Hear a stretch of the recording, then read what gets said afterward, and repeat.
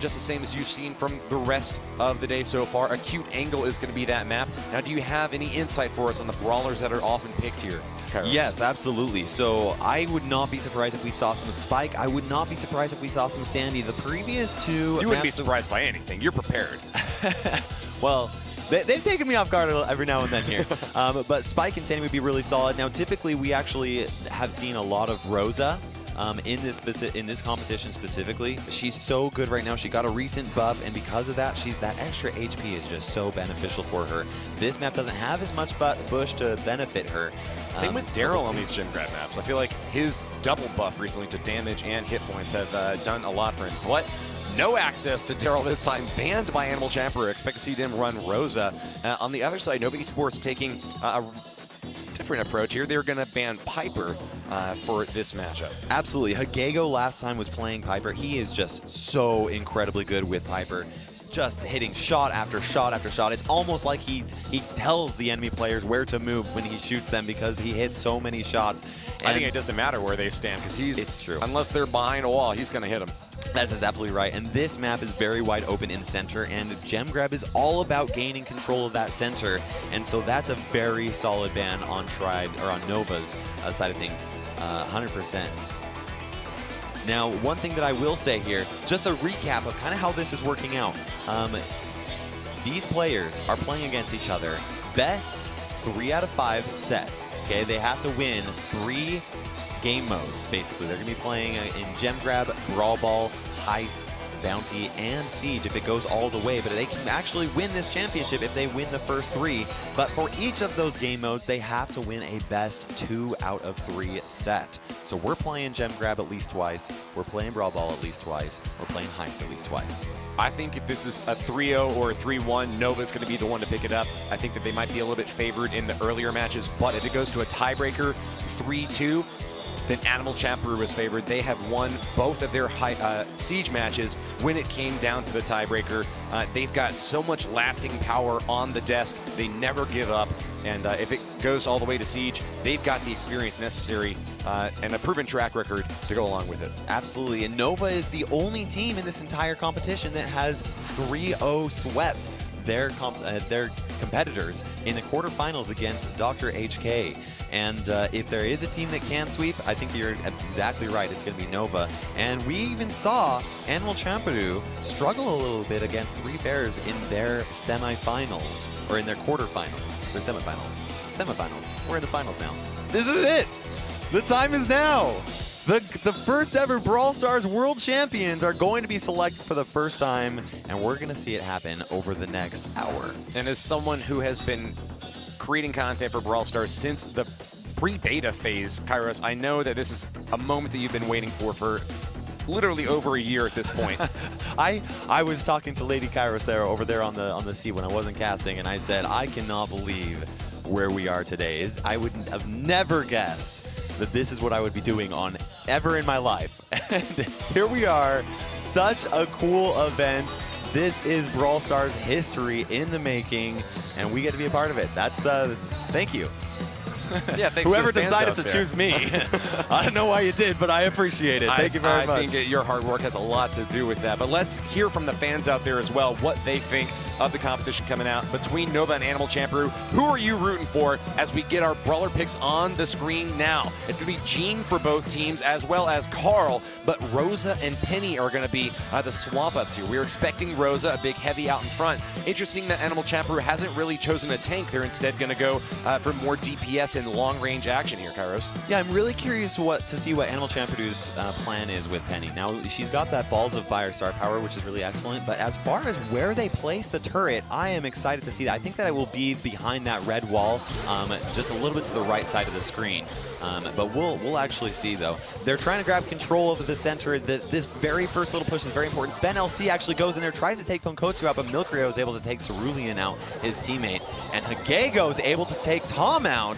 Nice gem lead here for Nova, but they're not going to be able to hold on to it long. AC grabbing onto the center of the map and pushing back Spen LC. He's got a nice little nook that he can hide in there, though, and it's hard to take him out when he's hidden. Same thing with Carl. They're going to hold fast in that bush. Big attack over on the right side as Hagego gets the first kill of the game, taking down Rosa and grabbing control of the middle again. that Not penny, the first kill of the game, but the first kill of the set. Absolutely. That penny turret there is absolutely doing work. It is so hard for them to get in there. Enemy Carl tried to get in to try and take it out, but they couldn't do it. And Tom is forced to move in the same direction the entire time. And this is going to be very hard. I do not know if Nova, they're going to have to get this kill Pankotsu right there. They're able to do so, but Hagego's right there to pick up the gems. It's almost like nothing ever happened. And Nova is in such a rough spot. Yeah, there has just been a rotation after rotation. Animal Champeru moving left, right. Every time they get a kill, they pressure even more. Nova tries to hold on to their position, but it's really looking testy right now for them. They're moving back to the end. Hold on, we got to get a kill over on Hagego, or this could be it. The countdown has started. And it looks like Nova's got to push them back into here. They're doing the best they can. Milkrio is able to pull spend LC, grab some more gems just to rub it in their face, and they are ready to hide behind this wall. Cerulean gets pulled by Milkrio, clear over there, and with 1 second left to go, they end up taking this first game. Milkrio, the bodyguard, takes a dive and pulls in the enemy attack. Nicely done to him. All three brawlers still up for Animal Champeru at the end of that first gem grab game. And they have finally upset our Nova team.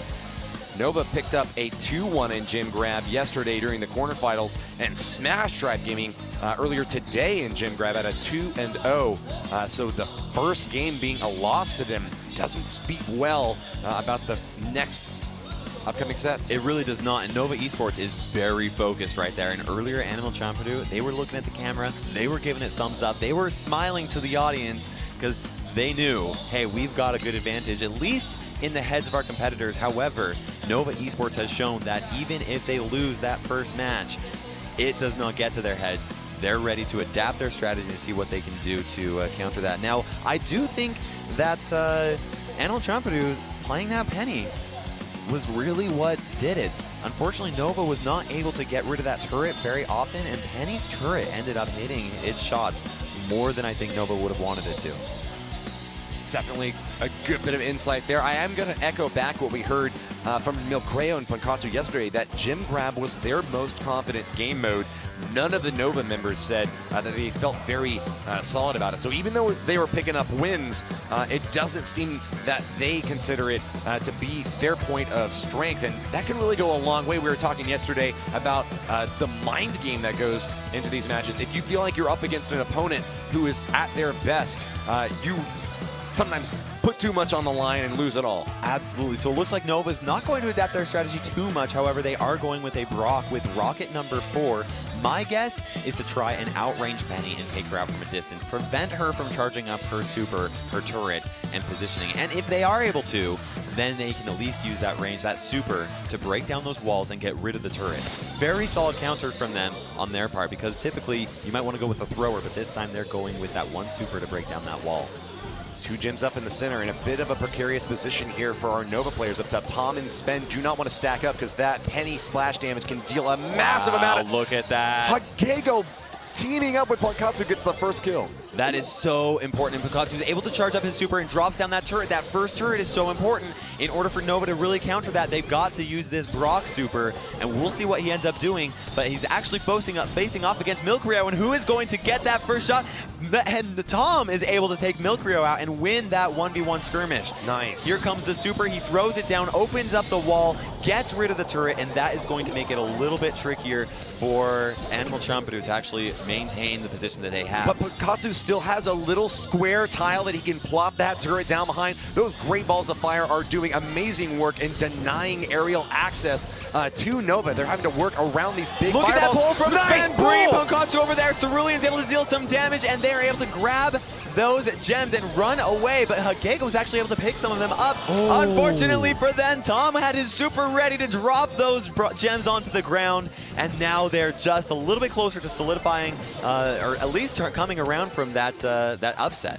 A Pyrrhic victory taking out those heroes as Milcreo is able to grab the gems that still remain on the ground, and Animal Champeru up again in game number 2, holding the center. It's all coming down to this. A protective pirouette protects Cerulean, and he's going to be able to swing through that right side, claiming it, but dies right afterwards to Pankatsu. But Nova have claimed the center, and it's all tied up now, Kairos. This is really close, neck and neck. Both teams have roughly the same amount of control, but Pankotsu's able to just barely grab that one gem. He just needs one more. There, it pops out, and Nova's going to be able to pick up this gem right here. There's a 3v2 situation, which is not good for Animal Champeru. Pankatsu's not dead, but he's almost down for the count, and that's going to give Nova a nice lead. They're up to 10 gems, but they really want 11 to solidify that lead. They grab it. Right now they can retreat, and they'll be secure. They just need to keep this gene alive and make sure that they can't let 2 gems fall in Nova's hands. They're at 11.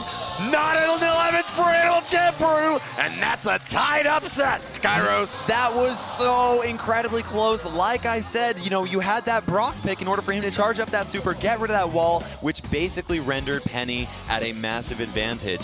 Not being able to use that turret and keep it alive as much as they were in the first set. I'm curious to see if Animal Champeru adapts their strategy and goes with a different brawler than Penny this time. Arguably because they were expecting Nova to actually bring another counter. Yeah, I'm kind of surprised that we saw Rosa work so well and then just get abandoned in game number 2. What do you think is the strategy there? You know, this map doesn't have a lot of bushes in situations where you're going to expect enemy players to come around. It does have some good opportunities for Rosa to do well, but it's a little bit more open up in the center, and that's why I think that a lot of these pro players, or at least why they decided to step away from Rosa. I think that's a very solid option for them. If I were to make a guess as to what they decided to do, they'd probably swap out Penny for maybe a Daryl. Oh, Daryl's banned, though. Oh, you're absolutely right. They can't go with Daryl. There's a reason why they banned Daryl. That's right. There's a good chance then that we would see maybe some Sandy. Animal Champeru has played Sandy more than any other brawler in this entire or any other team in this competition, and they're very good with him. And Sandy would do a very good job at controlling that center there. And there are a lot of bushes in this map, but that additional super coverage from Sandy to provide a little bit of darkness in this night. They're going to stay with it. They're going to keep that Penny, and Nova's going to keep that Brock. And I think that that's smart of them to do that. No comp swaps either way. It was a close game last time. It was very close. So they're both feeling confident that they can repeat and maybe improve a little bit on Animal Champeru's side. Absolutely. You know, sometimes you just don't do it right the first time, but you just need a little bit of practice to see how your team is, measure them up, and see what you need to do to actually to take that victory. And this is what they're going to try to do. Tom's focusing on the center, outranging that Penny, and Cerulean's ready to try and get that kill. Pressure. He's not able to do it, though. Oh, he's trying again. He keeps on going. He is not ready to give up, and unfortunately for him, he ends up losing that. Tom has that super. He throws it down, gets rid of those walls. That one same tile is still up, though, allowing Pankatsu to charge up his super once he's able to drop that turret in there. The pressure cooker is blown off its steam, and now Nova is in a dominant lead. All 5 gems in their hands, and another kill. Keep control of the mid. This is a really tough spot for Animal Champeru to come in there. Tom has his super. He lays it down there. Gets a couple of hits, but no kills with that super. They are going to keep control of the center of the map. Their gems are kind of spread out, though, and that means that they're going to lose one over on the left side. Milcreo grabs a kill and steals the gem along with it. Now they have that turret up there, and they're going to push up to keep Nova pushed back enough that turret's going to be able to get a ton of value, especially with Brock staying back there without his super. It's going to be very hard for them to get rid of that.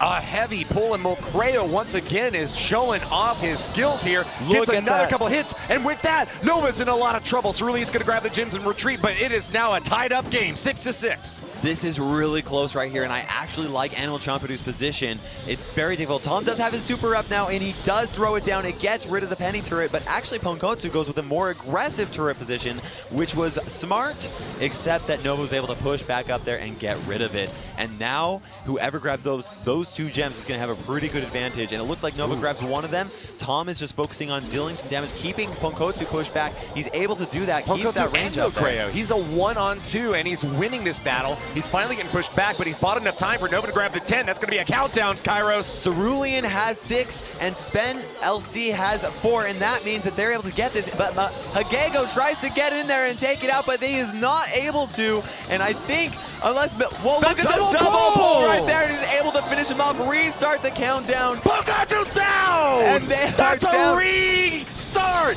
Nova's got the gems this time! And Cerulean's about to get taken out, but unfortunately for Hagego, he falls, and Milk Rayo's trying to pull. One hell pull misses!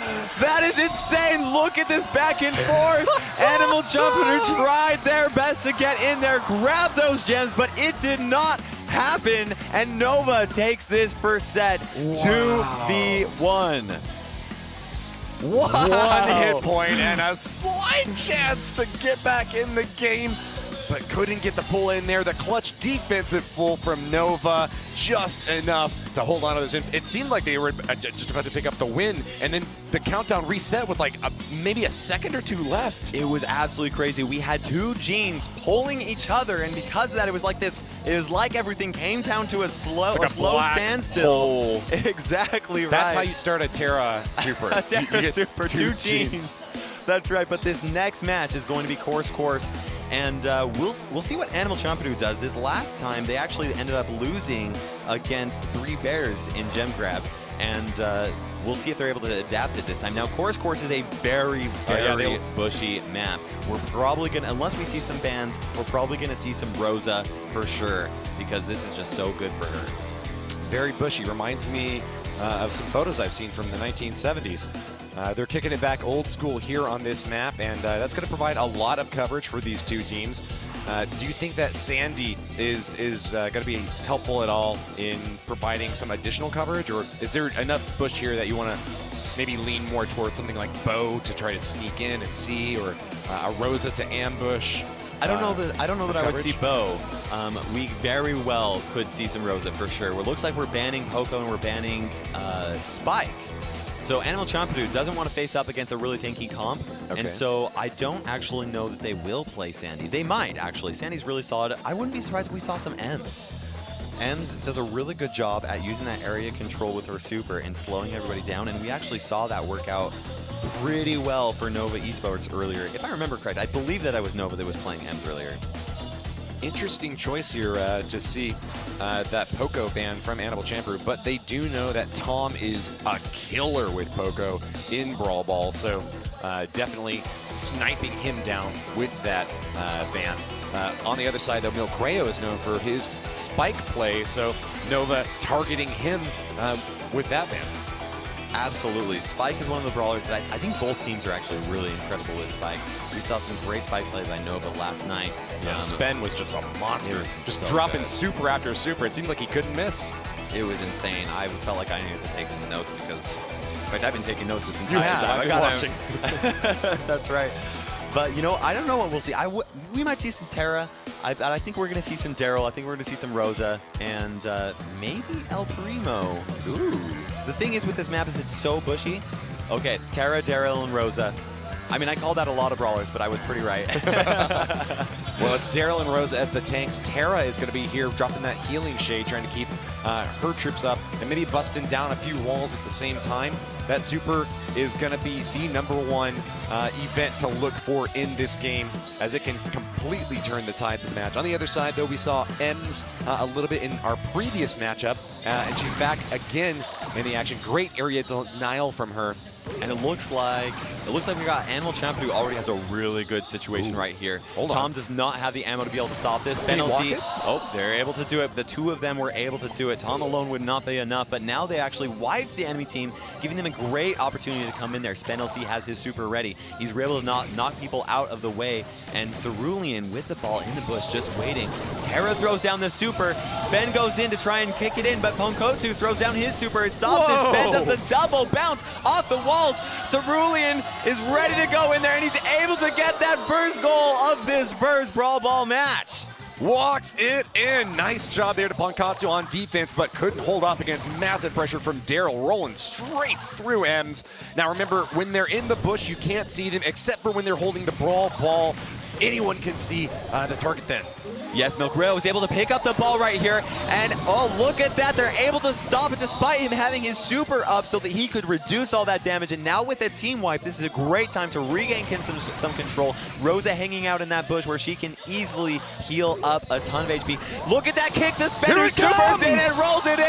The same play over again. The kick and the roll and kicking it in is just such a great play by Nova Esports. That is something you do not see unless you are watching the Brawl Stars World Championship. Wow. You know, Mortis used to be one of the best strikers for that very reason. He'd kick it forward and dash back to grab it again, but it seems like Daryl is the favorite among the pros. He can roll really far, gets that protective hoops to give him a little bit more cushion for his pushing, and as he sends it on in, you know, kind of similar to Rosa, who can protect herself with her star power. I think Daryl's a little bit quicker, and Rosa is a little bit heavier on those assaults for when you have a little bit more time to set up. Absolutely. What you saw there is you saw Nova with amazing teamwork. Basically, Rosa, like you said, keeping herself alive in the bush, kicking it to Daryl at the right time. It looked like she was kicking it to the other team, but they were not, because that Daryl was able to roll in and catch it. It's like the alley-oop of Brawl Ball. Did you just spoil? Is there a basketball mode coming to Brawl Stars soon? If there is, I want to see it, because that would be fun. That would be fun. Supercell, Woody's got some ideas for you. We'll send that to your way. As a side note, actually interesting, we do have a lot of the developers from Brawl Stars here watching this championship, and it's been amazing to see how excited they are about this competition. They're definitely taking notes on how they can improve the Brawl Stars championship in the future. Not that it needs much improving. This is amazing. Now, nice save there, Cars. Yes. Well, absolutely. But hey, we're going to be doing it back again next year. We've already heard that the Brawl Stars Worlds 2020 is coming soon. I believe they're calling it the Brawl Stars Championship. Is that right? That's exactly right. Now, it looks like Animal Champadoo is going with Shelly as a great stop against Daryl. I do not blame them for doing that. And Sandy. We mentioned earlier, Animal Champadoo is an excellent Sandy player. Pankatsu is. And so this is going to be really intense. This is going to come down to whether or not Animal Champadoo is able to use that Shelly to counter Daryl and Rosa. However, they've got a tough situation, because one Shelly versus two tanks. It's going to be tricky for them, especially with She's Thomas. a tank buster, though. If she can get that attack lined up, especially her super, and freeze down those enemy brawlers, she can be a force to be reckoned with for sure. Nova picking up the first set and now game one of this Brawl Ball match, looking very strong. Finally, Sandy's able to get the kill there on Cerulean as he pops his super as well. Healing Winds will top off the brawlers that are inside that super radius. They're going to hold on to the ball for a little while here as they try to gain control of the mid, maybe get a kill or two before they push in for a shot. That's exactly right. Look at that. Hagego uses the super to slow the Daryl down and break down some of the walls. Milkreal ready to go in, goes up against Cerulean, but Tom with the super helps to keep him alive. Milkreal stops Spen from going in and dropping a goal, but Spen LC is ready to give it to Cerulean. They go in there for the kill, pass up the ball for the kill. Milkreal with the super tries to stop Spen, and they're able to prevent it for just a few seconds, but is this going to be enough right here? Milkreal is not able to stop it, does not use his super, and does not kick the ball out of Cerulean's hands. And that's what we said to watch for. That super from Terra can completely turn the tides of the match. It seemed like Cerulean was taking a ton of damage after grabbing that ball, but one super was all it took to suck all those troops in, kill the brawlers, and then deliver a goal soon after. Now Cerulean's in the bush right there. Hagego with that super is just so much to handle as that Rosa, so he was not able to do that. But Tom getting so much value from this super. Are they able to make it in here? Oh my goodness! Spen LC threads the needle! The second goal, and it's in! That was insane. He knew where to pull it, and his teammate knew where to shoot it so that it did make its way in there. And that means that Nova Esports gets 2 sets. The first 2 sets, Gem Grab and Brawl Ball, but that was not enough to stop Animal Champion in the semifinals when they were facing 3 bears. The same thing happened, and they came right back to move into the finals. So we will see what happens here. What do you think is going to happen? Do you think that Animal Champion is going to be able to come back in the reverse sweep? I don't think so. I mean, you already heard me predict at the beginning here that if we saw a 3-0 or a 3-1, it would be Nova. I thought Nova had the lead, but wow, they are the senseis at the top of the mountain, and no one can reach up to their level of skill at this time. Still, though, Animal Champion dropped their first 2 sets in the last match, and they managed to pull back the total reverse sweep, getting 3 sets in a row. They're going to be in their element, and they're fighting for their lives. That Brawl Stars trophy right there in the center isn't going to claim itself, but Nova have got another thing coming to them next, and Pit Stop. That's right, this map is a very great one for throwers. You can see some of the most big brawlers are Barley and Dynamite. Also, Tick is a really good option here. I'm excited to see what they ban here. Typically, what you would see is a couple of tankier brawlers with 1 thrower. However, I've said that in the past for this competition, and people have been proving me wrong, at least against the best of the best. Looks like the bans are going to be Ems and BB. Both pretty solid options for this. Nova Esports banning BB is a very smart choice. All right, so Heist game mode has got 2 safes on it. The first team to bust it down is going to win. Oftentimes we've seen races take place where several brawlers stacked up on the enemy safe, blasting away as fast as they can. Nova Esports banning BB. She's one of the more popular close-range brawlers in this game mode. Her super can deal a ton of damage as it bounces back and forth over the safe. So without her, expect to see a lot more Bull action. He can deal massive damage close range, and of course his super can get him right on top of the safe. I'm interested to see this Ems ban. What do you think is going through the minds of the Animal Champion players? Yeah, so Ems is typically known as a really good tank counter if played right, except for against Daryl.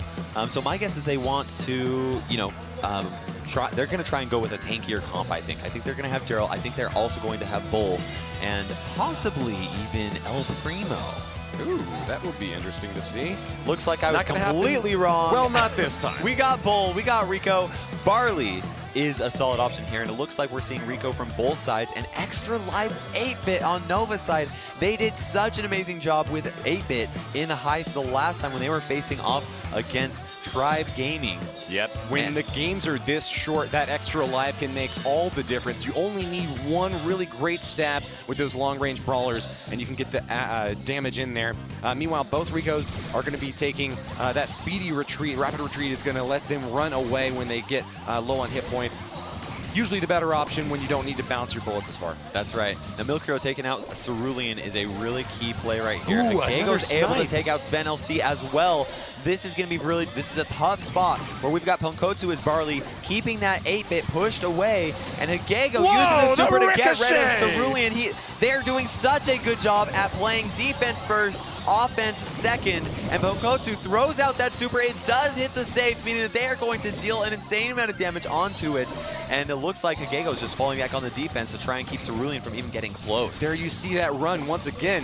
Wow, that Rico's massive and dealing a ton of damage really quickly. He can jet around the map and stay out of range of Cerulean, and with that speed boost, not anymore. Cerulean gets the kill, and that's going to be massive damage on that enemy safe. We've got damage going on both sides of the field. We have Milkrio playing as Barley, dealing damage to the enemy safe, and Nova Cerulean just playing those walls, trying to get close to there. And look at that defense from Sven LC. That was absolutely phenomenal. You can't catch up to Sven when he's running this fast. Happy feet, and he makes it back in time. We have got another Bull charge, but denied by a defensive Bull. We are neck and neck right now. Kairos at 50% each for these 2 saves. This is incredibly close. Milkrio's going for the charge, but Cerulean's able to be there on the defense. Tom's attacking Ponkotsu, and Ponkotsu's just trying to survive, but he cannot run away fast enough. Tom throws down the turret, boosting their damage, and they unload an insane amount of damage on that safe.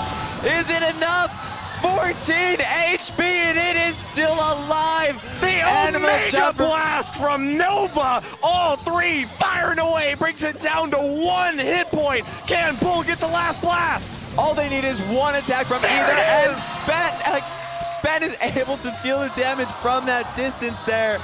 They are in such a good position here as Nova has that another victory. Animal Champion, they cannot lose this next one if they want to move on. The match points now for Nova Esports. Up 2-0 on this set score, and the World Championship title is right before them. It's yours for the taking, guys. But remember, Animal Chaperu was here before. They've been down 2 sets, and they still won the match. What can they do this time, Kairos, to turn it back? That is a really tough question, because I was going to say to stick with Barley. You know, but I think they might have to go with something a little bit tankier. They've got to do something to outrange that 8-bit. It seemed like when the walls were up, Animal Champer had a bit of an advantage. But as soon as Bull was able to tear it down, it was Rico and 8-bit blasting straight into that safe. Maybe if Animal Champer will get a quick win, if they're able to play a bit more aggressively, that can help him. What do you think? No, I think that you're absolutely right. Or outrange them. I love their Rico pick. They played such a good Rico. And it looks like they're going to stick with it. Bull, Rico, and Barley, they're trying it again. Hagego just played the best defense I've ever seen in a high scheme, but it still wasn't enough to stop this Nova team. They've got to keep this Cerulean from charging up his super. That's what they've got to do. They've got to prevent it from opening up in the center. I mean, but that could go either way. That really could go either way. Barley is such a good option on this brawler, on this map. He's just got to focus on staying alive and dealing that damage. Oh, I don't know. Let's see what happens. I'm excited for it. This could be it for Nova Esports. Is this match going to be the last between them? We're going to find out. Throw all of your support in the chat, because this is a match point, ladies and gentlemen. Nova Esports could take it all here and now if they pick up another win. Tom sneaking in over on the right side, going to take some fire from Pokatsu. He's got that extra life, though, so even if he goes down here, he'll still be able to push in a little bit. That's right. Pokatsu is doing an excellent job at keeping them pushed back and preventing 8-bit from actually getting in there. And Spenelsy's trying to hit some shots. Pokatsu's dodging left and right, but it is not enough. Spenelsy's able to take him out, and Cerulean is just using that wall. He's saying, this is my home. You can't get past here. And Spenelsy with that super, dealing so much damage. Is he able to take Pokatsu out as well? He is not, but he has that Robo Retreat, which is plenty for him to avoid this Bull and run away. Lightning fast speed, he blinks away, and he's going to be back in the action, dealing even more damage as Bull charges in. Now we're going to start to finally see some damage from Animal Champeroo blasting away at the safe. On the other side, though, the Bull is getting some good damage in there as well. Nova and AC both get about 10% off the safes. That's exactly right. Such a close matchup, but it looks like Animal Champeroo is actually able to maintain their foothold over here with Pokatsu charging up, getting in here, dealing some damage to Cerulean, but Cerulean gets a little too close. He charges through, breaks through the wall, is dealing some damage with that. Spenelsy is adding more damage as well, and we've got brawlers going down on both safes. Is it going to be enough? It is not. I do not think so. Look how much damage we got over on Animal Champeroo's side. That is going to be very difficult for them to come back from, but it does only take one push. Even more shots from Nova bring the safe down to 35%. It could just be one more charge to claim victory. Cerulean taking a ton of shots, but hold on, they're going to play defense this time, setting up that super on the backside so that they can buff up their damage. Bull makes it into the safe, but brings it down to 17, 16, 13, 12. Is it over yet, Kairos? It is not. We still have 24 seconds. They just have to defend. Nova just has to defend this one push in order for them to become the champions of the world for Brawl Stars. 15 seconds left. Here we go. They're not even going to focus on defense. They're just going on the offense. And it looks like that is going to be the victory. Nova Esports, first ever Brawl Stars World Champion. Nova Esports! Nova Strong take the triple crown! Royale, Clash of Clans, and Brawl Stars have the Nova name stamped on those trophies! We've got confetti going all over the audience. Everybody is cheering them. This is such an exciting moment in the Brawl Stars history. The first ever Brawl Stars champions.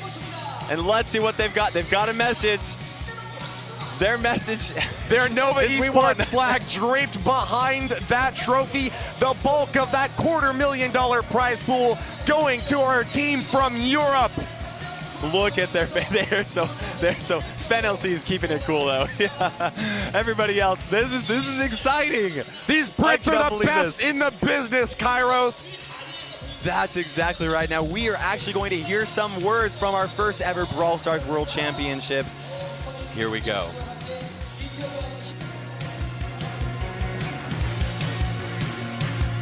네, 드디어 탄생했습니다. 브롤스타즈 월드 파이널 2019 여러분께 소개합니다. 세계 최강의 팀 노바 e스포츠.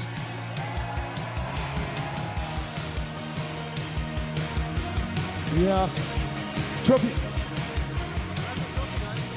이야.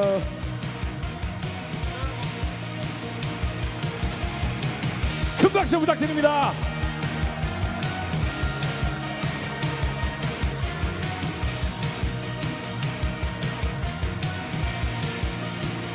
자, 우리 브롤스타즈 초대 챔피언이 된 노바 e스포츠 우리 선수들과 인터뷰를 한번 진행을 해보도록 하겠습니다. 뭐 지금 당연한 얘기겠지만요, 너무 기쁠 텐데 지금 소감이 어떤지. 스펜서? Spencer, please describe how you feel right now. All our hard work and preparation has paid off. I fully believed in our team to pull it off. I'm over the moon. 모두 힘겹게 이렇게 준비해온 결과가 이렇게 승리로 이뤄내서 너무 기쁘다고 합니다.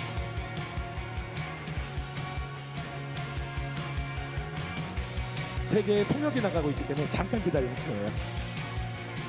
만약에 확신이 딱 들었던 순간이 있다면, 이제 우리 우승이다, 확신이 든 순간은 언제였는지. If you had a moment that we are going to grab that trophy in the middle, when was it? I felt like after the second game, once we clutched up, I had nothing but eyes for the trophy. So I kept reminding my team, just keep looking at it, because that's ours. 두 번째 게임이 끝날 때쯤 계속 이 트로피 쪽으로 계속 눈이 갔다고 하네요. 오, 그때부터 이기겠다라는 생각이 들었어요. 네. 두 번째 게임에서 이미 저 트로피가 왠지 내 마음속에 들어오는데? 라는 생각을 하셨다고 합니다. 지금껏 준비를 하고 대회를 경험하면서 가장 고마웠던 사람, 가장 생각나는 사람이 있다면? And could you name one person very thankful for during this long journey? I think the main person to thank is definitely Art. He's been there for us all. He's the reason why we came together as friends and met up. So big shout out to Ark is down there. 팬들에게 무조건 감사드리고요. 이 팀 노바가 있게 해준 힘 원동력이었고 큰 친구가 되어줬다 합니다. 지금 앞에서 사진을 찍고 계신데 눈물을 흘리고 계세요. 네, 지금 너무 기뻐서 이 우승의 순간 너무 기뻐서 눈물을 흘리고 있는 모습이 보이고 있습니다. 이번 마지막 경기까지 하면서 베스트 선수, 이 선수 때문에 우리가 우승할 수 있지 않았나라는 선수가 있다면? If you have to choose one star player within three of you guys, who would it be? I can't really pick one player, obviously, but I think we all have our moments, we all have our ups and downs, but what makes us a great team is that we pull together in the end. So we're all one great team. 다들 잘할 때도 있었고 못할 때도 있어서 그렇게 또 쉽게 말을 못하는 것 같습니다. 네. 모두들 잘했다고 합니다. 네. 지금 여기 계신 우리 스펜서가 얘기를 할 때 앞에서 감독님이 카메라 찍으면서 눈물을 흘리고 계세요. 우리 친구에게 감사의 인사를 전한다면? Would you like to thank to your sponsor? He's crying as Well, I've known Art for a very long time, and obviously that connection obviously brought us together as well. So I can't be more thankful. 우리 이렇게 함께 뭉치게 해주고 이렇게 서포트 해주는 거에 감사를 드린다고 합니다. 네. 지금 카메라 감독님 잘못 찍고 계세요. 여기 서 계신 분이에요. 카메라 들고 계신 분. 네. 네, 저분께서 눈물을 흘리시면서 우리 팀들이 우승했을 때 눈물을 닦으면서 카메라를 찍느라고 손이 부들부들 떨리고 계셨습니다. 네, 우리 수고해주신 초대 챔피언 노바 e스포츠 선수들에게 큰 박수 부탁드립니다. 자, 선수들의 기쁨이 생생히 전해져 오는 인터뷰가 아니었나라는 생각이 드는데요. 브롤스타즈 월드 파이널 2019 지금부터 시상식을 거행하도록 하겠습니다.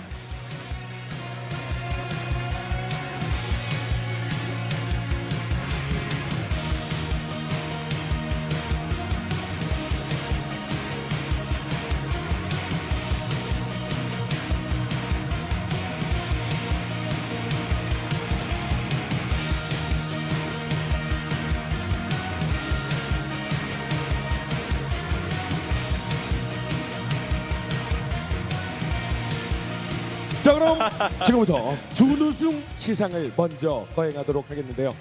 시상을 특별한 분께서 이 자리에서 도와주신다고 합니다. 슈퍼셀의 프랭크 카이에보르크님을 소개합니다. 큰 박수 부탁드립니다.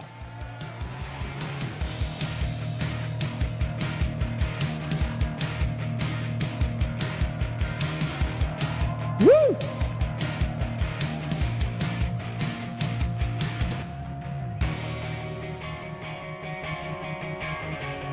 땡큐 프랭크. 자, 그러면 준우승 시상을 하도록 하겠습니다. 끝까지 최선을 다해준 브롤스타즈 월드 파이널 2019 준우승 애니멀 cham프로입니다.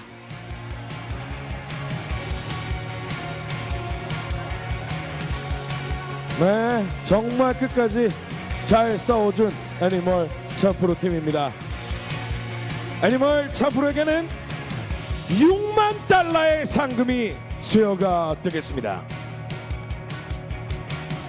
자, 프랭크 카이에보르크님이 직접 보드를 전달하고 계십니다. 상금 6만 달러가 수여가 됐습니다. 다시 한번 진심으로 애니멀 cham프로 팀에게 축하의 말씀 드립니다. 고맙습니다. 땡큐.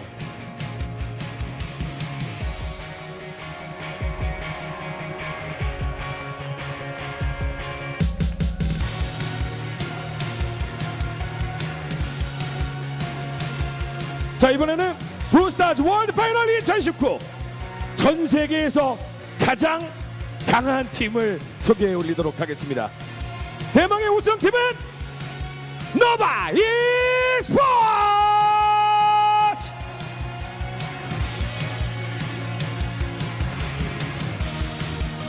예!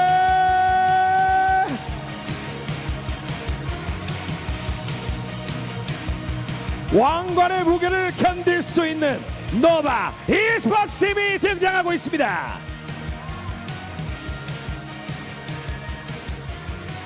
역시나 슈퍼셀의 프랭크 카이에보르키님께서 시상을 도와주시겠습니다. 노바 e스포츠에게는 9만 달러의 상금이 주어집니다. 트로피와 함께 9만 달러의 상금이 수여가 되겠습니다.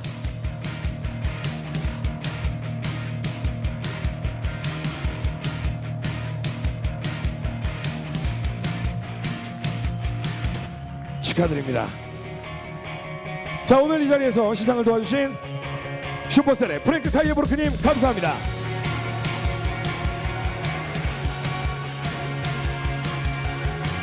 전 세계 팬들이 함께 열광했던 지난 이틀간의 뜨거웠던 경기 브롤스타즈 월드 파이널 2019 뜨겁게 응원해주신 여러분들 그리고 선수 여러분들 덕분에 너무나도 재미있는 경기가 펼쳐지지 않았나 라는 생각이 듭니다. 챔피언의 탄생을 지켜봐주신 전세계 모든 팬들 그리고 이 자리에 함께해주신 팬 여러분들 그리고 선수 여러분들께 감사의 말씀드리면서 아직 끝난 게 아닙니다. 내일 오후 1시에는요 아주 특별한 이벤트가 기다리고 있습니다. 오후 1시에 세계 각국의 유명 인플루언서 분들이 브롤스타즈 인비테이셔널을 준비하고 계시거든요. 내일도 많은 참여 부탁드리고요. 다시 여러분들 만나길 기대하면서 여기서 이만 인사드리겠습니다. 지금까지 저는 허준이었고요. 너와 e스포츠 축하드리고요. 여기서 이만 인사드립니다. 고맙습니다.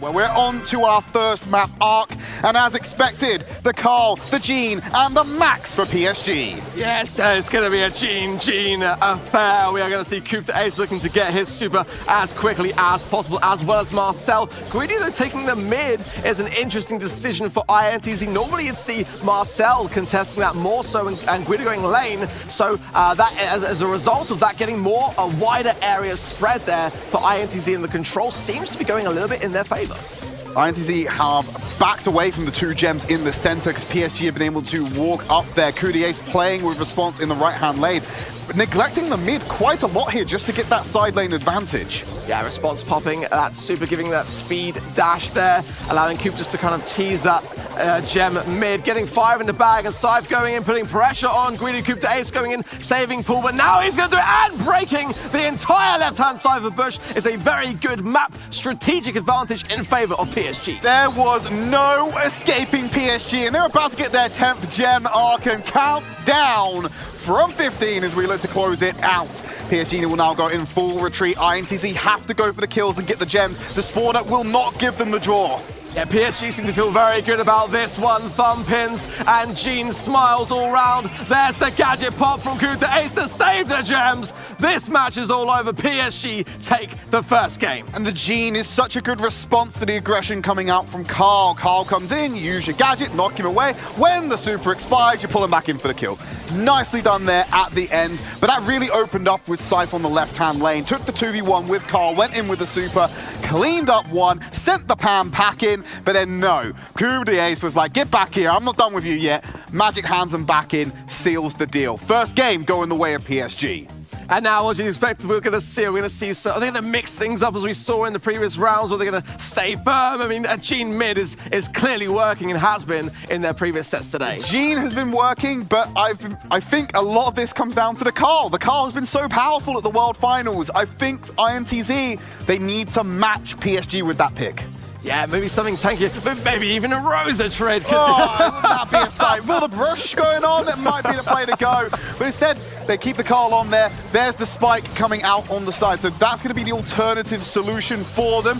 Going to miss out on the speed that the Max brings, but that damage might help them deal with the Carl.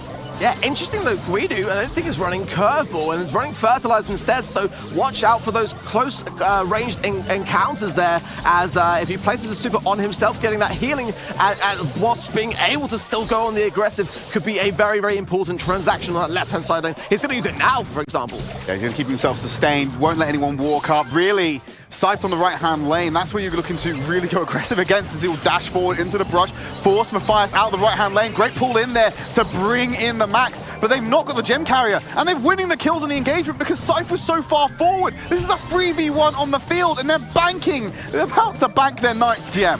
Yeah, I mean, for me, Quidu's not really been able to do much on this left side lane. I think Curveball would have been a much better shout to be able to contest them in a bit. As Scythe going in, gets their takedown on Marcel, allowing Coop and Response to get the mid all under control. This is countdown again for PSG. Blink and you miss it. Scythe goes in, gets the damage, carries on moving, and he's not the gem carrier as well. Even if they did manage to kill them, it would mean nothing, because Coup Ace is sitting on 11 gems in the backline with 2 seconds remaining. PSG will take us to set point. I've got to say, PSG have come out the gates raring for the finish line, and they are looking in a great, great spot to tie up this first set. They can go ahead and get themselves in that spot and move over to a potential set win.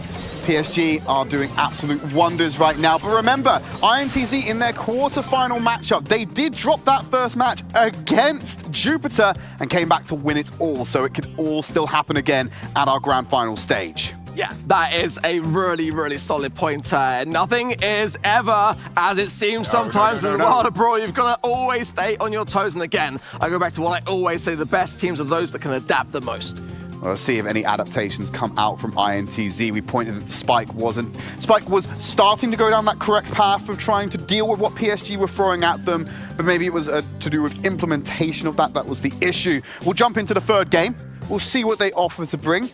I wonder if it's going to be enough to challenge against PSG. Yeah, definitely going to have to think through how they're going to approach this and whether maybe they just kind of want to get straight to the next game mode. We have seen that they sometimes, we see these teams that they just want to get to their game mode of choice, really, but we are going to see some big changes for PSG, bringing in Brock. I mean, you can't really go wrong, Trid. Can't go wrong with that one. A little bit of extra range. They may have needed it. You've got Matthias making the change up. They dropped the Carl altogether. They're just going for the damage here. Penny should be great at controlling some of these lanes, but so should Brock. The damage from Coup the Ace is going to be able to bring out here. Locks Marcel in between the incendiaries. It's going to make it very difficult for them to get their shots off. Yeah, Greedy staying with Fertilize and just kind of being stubborn in that sense. And I've got to say, Curveball for me, a much better lane. There's the takedown response with the final shred of damage and looking now to pull possibly on Marcel, playing it very cautious. Oh, rocket fuel for Coup de Ace. And he's going to have to walk away because Scythe is on the hunt, gets knocked back. The gadget will be available for them to use again. He's still got a couple more charges of that one. Pulls Scythe into the back line, won't commit the super, but he's happy to buy all this time for Response in the mid to keep banking those gems. Yeah, the Penny turret down there as well, and Coup de Ace is looking just to kind of connect with that, get it taken down early. Oh, gets taken down himself by the very thing he was trying to take down, so pressure now on PSG. They can't really contest the mid now. There's only a 2 versus 3 scenario, and look at those gems glaring for Response. He wants to get some, misses the pull though on Marcel. Great reposition by Scythe, gets knocked out of his super there on Marcel using the gadget. That's what he needs to keep doing, but the rocket fuel takes him out on the back line. Response can grab those last 2 gems. In fact, Scythe's going to be the gem carrier this time around. Gets out away from the damage. Time's ticking. They can take out Scythe while he's low. They might get away with this one. But there's the pull from downtown to find Marcel. And that's 10 gems. Gonna be counted down. 2-2, 2-1. And PSG will take your first set. My word, Coup was going downtown with Brock and getting some fantastic connecting shots. I don't think that is going to be the last we're going to see of Brock. Just a gut feeling there. No, I wonder why you'd say that one. It's completely out of character to see Brock right now. Lunacy. Anyway, that's the first set down. We know this gem grab has gone the way of PSG, taking the early match, and as we've already pointed out, it's a familiar position for INTZ. They've already dealt with a team from the Asia region. Jupiter in the same manner. See if we can get some stats on the screen and see what the hidden story may have been. Yeah, absolutely. It's not always as it seems on the surface, and they might tell a different story, but I don't think really it does. 34 gems in favor of PSG. 19 kills as opposed to 5. I mean, everything is higher on the left. Whether you saw that or not. No, it looks like it's higher on. Oh no, I'm looking at it the wrong way. I'm upside down apparently. It's all over the place with this one.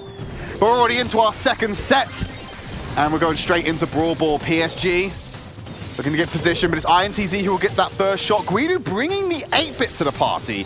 So what does it Mr. P as well? So this is very different to what we would expect from a team like PSG in this one.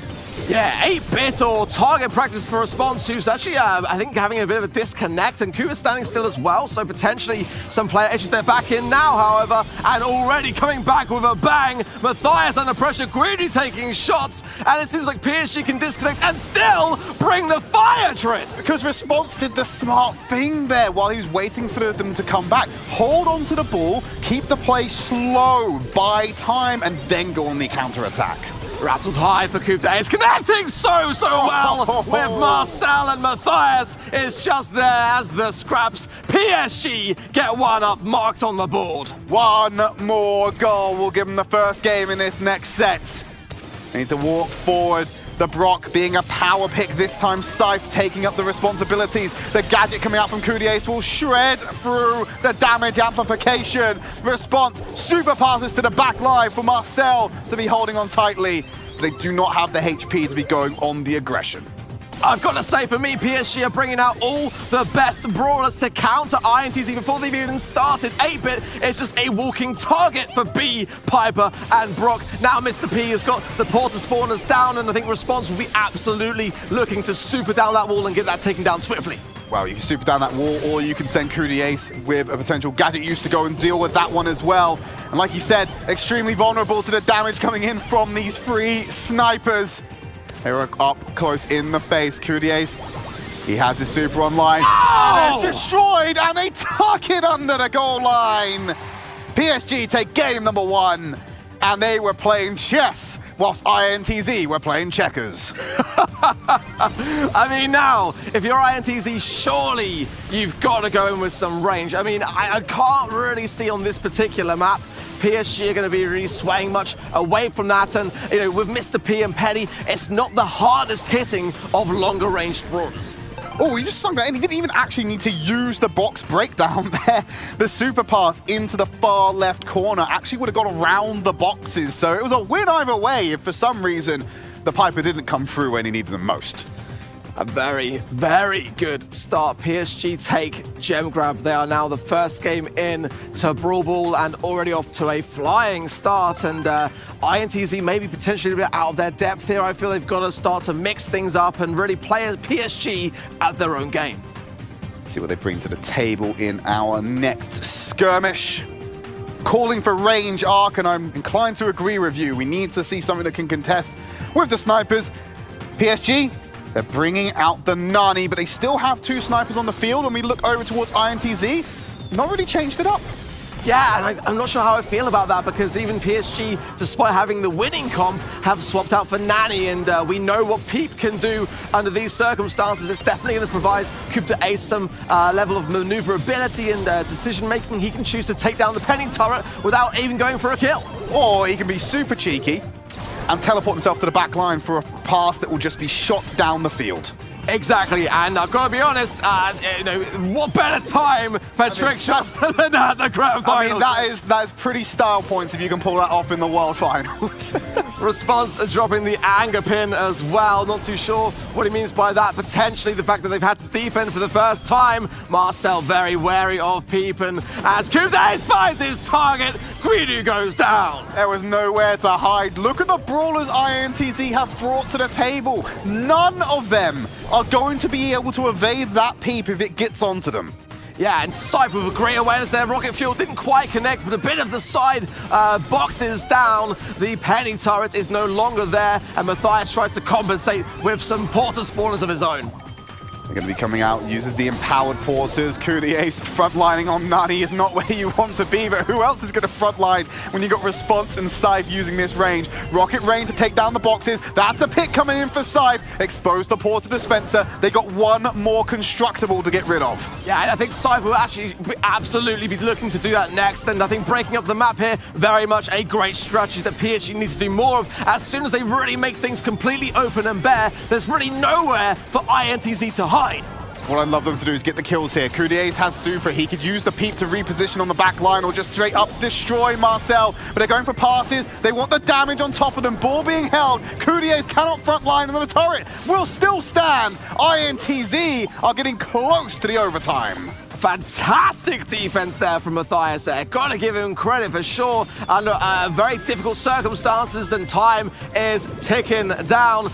INTZ, if they start to get this momentum here, could be in a really, really good place going into overtime. The problem with Guidu's super is that he's not going to find much value from that if they go for a push. The damage isn't there. They've been taken out by Kudies. Frontlining here. They won't have time to get on the goal line. Trying to bounces off the post in overtime. And Kudies will go ahead and take us to another set point. Kuda is Kuda cool. He really took his time in that moment there just to make sure that he sank it, because honestly, they did not want to be on the receiving end of a counter push. Great plays from PSG, and yeah, the Nani for me though, I think in general wasn't really giving them that same oomph that they had in the previous. I think they saw the Nani pick going a little bit differently. Maybe they were looking to see if they could pull off the trick shots. I noticed a couple of Peeps going into the side of the map and not really finding targets, especially in the later stages of that map. So yeah, maybe don't roll out with that for game number 3 unless you're really banking on doing something special.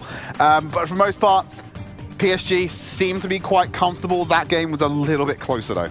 Yeah, it is. It's definitely something that they're going to have to be wary of and consider, because at any point in time this can turn around. But with the first set in the bag and the first 2 games of Brawl in the bag, in a very, very good spot, and maybe a chance to experiment. I mean, they've got a bit to their advantage in that respect. We are going to see a little bit of that. Yeah, wow, different comp entirely. Okay, so it's a Slambulance against the, well, we didn't really come up with a name for this one. We're using the max speed instead of a healer.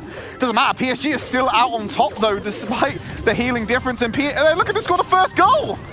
Both teams went for the experiment. If it's an A-B test, we're going with PSG. BB battering ram comes into play as PSG take the first goal very, very swiftly. INTZ look shook at the moment and not really sure what they're going to be doing with themselves here. Great shots from Kude. Side with the pickup. It could be all over here. No, PSG. Not got the time on this one. They're going to play it slow. Try and box INTZ. Wait for the reinforcements to come in. And then go. Kudiace has got the speed boost online, going to reposition the team fast, get Scythe into that backline, force Marcel away. Response, got the super, he's going to line up in the middle here, pull them in as best he can. Marcel, Matthias, they're all caught up, and PSG with the wombo combo, get it over the line and take the second set. Oh my goodness, if you're PSG now, that feeling inside, you must be mounting more and more things looking to go their way despite lots of changing of brawler combinations. It's all coming into play, Trin. And you could see both teams had the same idea.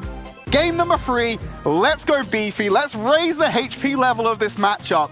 But the speed apparently outbids the sustain. I also think there's some individual plays that came into that one as well. You saw the impact that BB had for PSG, clearing a lot of the pressure away from INTZ. Let's go beefy, let's go BB. Great to see that brawler coming back a little bit. We haven't seen really too much of her over the weekend, and for the most part, pretty respectable win rates and pick rates in the past. So yeah, I mean, it might be the last time we see any of her going into our next game mode. Not a single goal for INTZ in that matchup arc.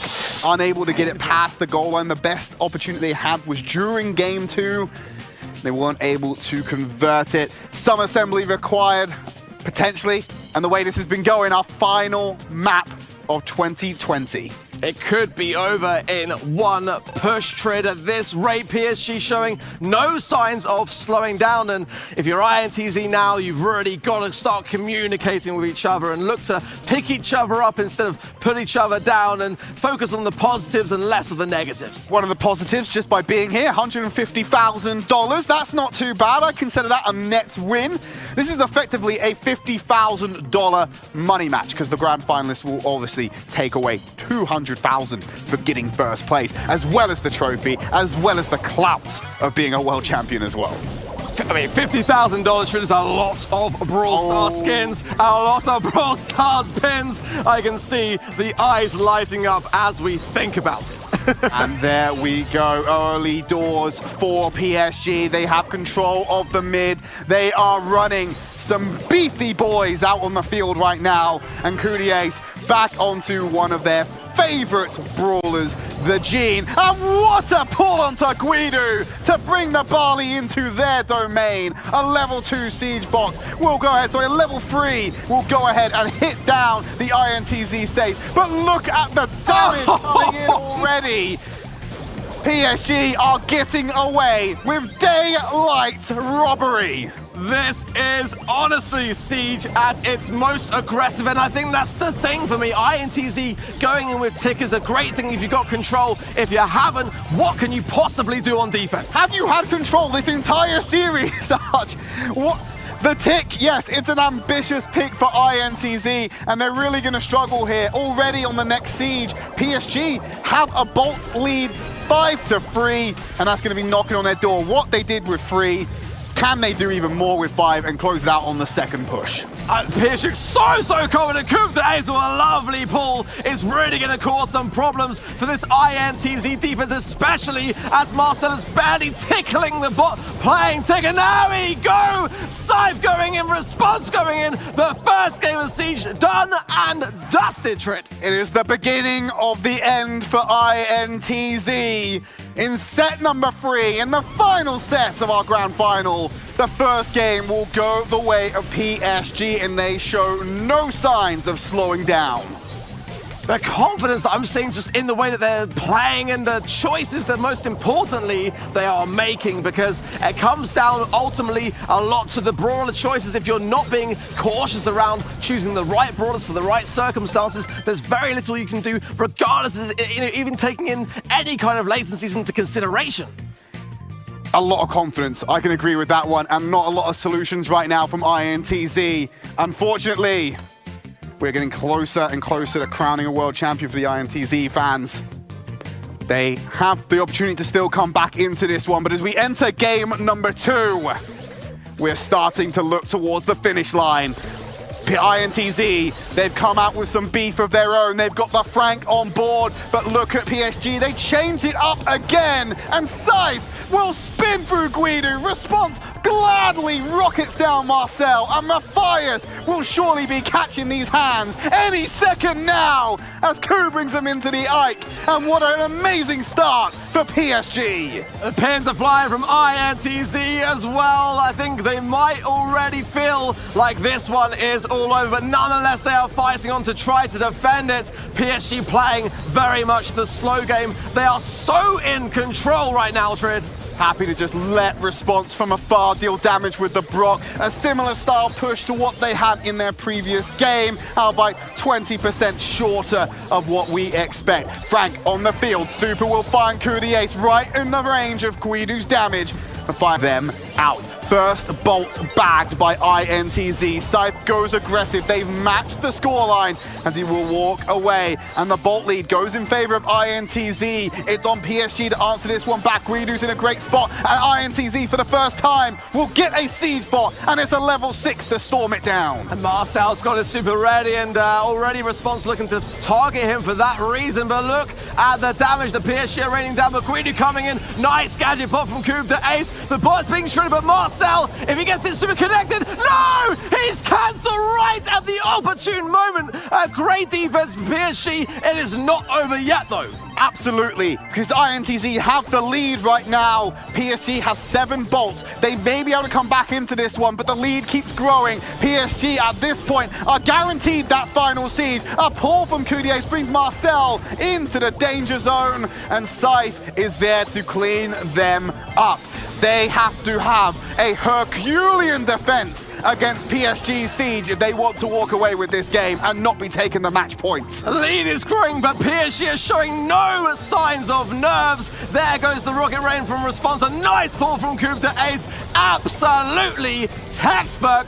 A textbook from PSG right here. And the textbook is there because it's written in effective stone. PSG, they're able to pull it off, and they will take us to what could be our final game of the Brawl Stars Championship. I mean, if you're INTZ right now, can you turn this one around? This is the biggest of mountains to climb now on the grand final stage. Can it be done? It's gonna take a great deal of work and effort and coordination to see this one. PSG right now are absolutely on fire. They're absolutely going to be tearing through this tournament and close to getting to those world final podium finish they've been looking for. This is the team that was there looking to compete at the beginning of the season, an organization who went for a different flavor for the 2020 year, and they are about to pay them dividends as they are one game away from being declared the best Brawl Stars team in the world. PSG Shelly Trid! PSG are bringing out the PSG Shelly skin for what could be their moment of absolute glory. Putting on their Sunday best to be out here today in what should be their victory lap. Marcel has gone golden on the El Primo, a level 2 siege bot about to rock INTZ's Ike as they box Guido in the corner and they get ready for this push. INTZ honestly are not really moving around much. They're not really showing any sign of energy. This could be a one push ready for PSG, cancelling out the fray. Great pull from Cube to Ace as the level 2 connects with the Ike. And PSG are going to back off here, not take their chances. They'll let the bot do most of the work in that push, get ready for the next siege. as INTZ will go on the offense. Guidu pulled into the danger zone in point-blank range of a Shelly shotgun. Matthias has the exact same fate as well as the bolts continue to grow for PSG. My goodness, with the amount of value that Scythe is getting with this Shelly pick. Often we don't tend to see Shelly, but why not? There's so many tanks on the opposition, it makes perfect sense. And able to dash out of the way of Frank's damage and his super potentially. The second siege bot comes in. Response provides blocking duty for that huge bot. Guidu charging up the damage, locks away. He will not be able to block the bot today as it continues to trickle down on the Ike. Final siege, INTZ have a belt lead, which is slowly diminishing. Yeah, this combination of Coup to Ace with the pulls and Scythe with the smashes is just troublesome for Guidu and Marcel to do anything about, and the pin again with the cross mouth is there. PSG have got full control and are banking bolts like it is no tomorrow, Trip. If it hits the last siege, we have to call it at that point, Arc. 9 bolts to 4. The final siege bot of the 2020 season will be spawned, and PSG are your Brawl Stars World Champions! The bot is thick and fast. INTZ are demoralized, sitting in the spawn. Coup de Ace gets one final pull, and that is it. It is done. PSG Esports are your Brawl Stars 2020 World Champions.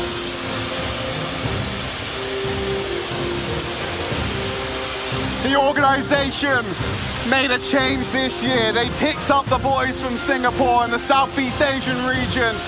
And like we said, they've given them everything they wanted. They gave them that first place finish. They gave them the crown. The golden trophy is theirs. They are your world champions.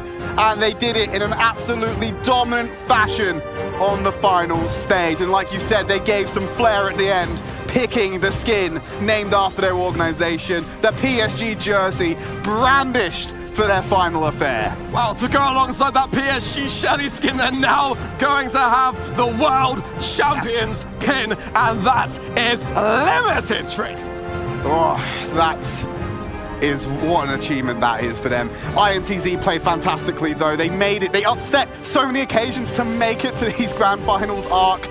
They go home with $150,000. And they are obviously a pride of South America. Let's throw it over to Frankie to see what she thinks. Lost for words. What a dominant performance from PSG Esports, and Arc and Trid, your absolute superstars as well. Congratulations on that grand final. And you know what? I know you guys want me to introduce this next legend, so I'm going to go ahead and do it. We have got Woody on the line, and he's actually going to tell us who is the MVP for the grand finals. Woody, do the honors, please. Gladly, Frankie. We had an incredible squad this year. Scythe, Coup de Ace, Response, and Rely were all on point. But there can be only one, the most valuable player of 2020 from the championship team. It's Response! Well, tell me why Response had to be your number one, Woody, because this team just seems to get it done as a unit every single time. They certainly did. Coup de Ace, the captain of this squad, had amazing picks throughout the entire tournament, but Response coming in today in the semifinals and finals back-to-back had baller showings, as Daryl especially, he was rolling like thunder across the map, popping down siege bots, grabbing gems, and knocking apart the competition. Response earned so many fans in the chat, online, throughout social media, and in the hearts of all the crew watching today. He certainly was our favorite. So what do you think is the future of PSG Esports? Because they really proved they're the world's best today, Woody. The sun is shining on this Singaporean squad. They formed earlier this year with a singular intent to become the world's very best, knocking down opponents from Asia, Europe, and the Americas. They have done it. There is no choice now but to bow down to them. They reign supreme and are going to be just as strong coming back next year. I want to ask you about Kudiace. He might not be the MVP, but he's clearly one of the best leaders in the business. But is he the best Brock as well? Because we saw other teams this quarterfinals, they had to ban Brock just so he couldn't play him. Yeah, I mean, he was my MVP pick from the quarterfinals. I think that the fact that their opponents banned out his favorite brawler says a lot about his power in this lineup. But just like I mentioned, I think all 4 of these players are extremely cracked. It was so tough to pick out a top, and any one of them could be the best player on any lineup that you could form among best Brawl Stars pros. Coupe d'Ace certainly has a lot going for him as well. And while we wait for a response, I want to ask you about INTZ as well, Woody, because it was a noble effort on their part. And I feel like they came to this quarterfinals and we didn't really know what to expect from them, but they showed that anyone who was sleeping on them was surely mistaken. That is absolutely right, Frankie. Making it to the grand finals is so difficult, especially when you've got really tough teams in local proximity. Going up against Tribe Red today, we saw an amazing performance from INTZ, worthy of celebration. They've become finalists at the Worlds, and though it was certainly a decisive 3-0 victory for PSG Esports, INTZ can hold their heads high as the champions of the West. Well, Woody, you have been so phenomenal joining us for the grand finals in your box. Is it comfortable in there? I have to ask, are you being looked after?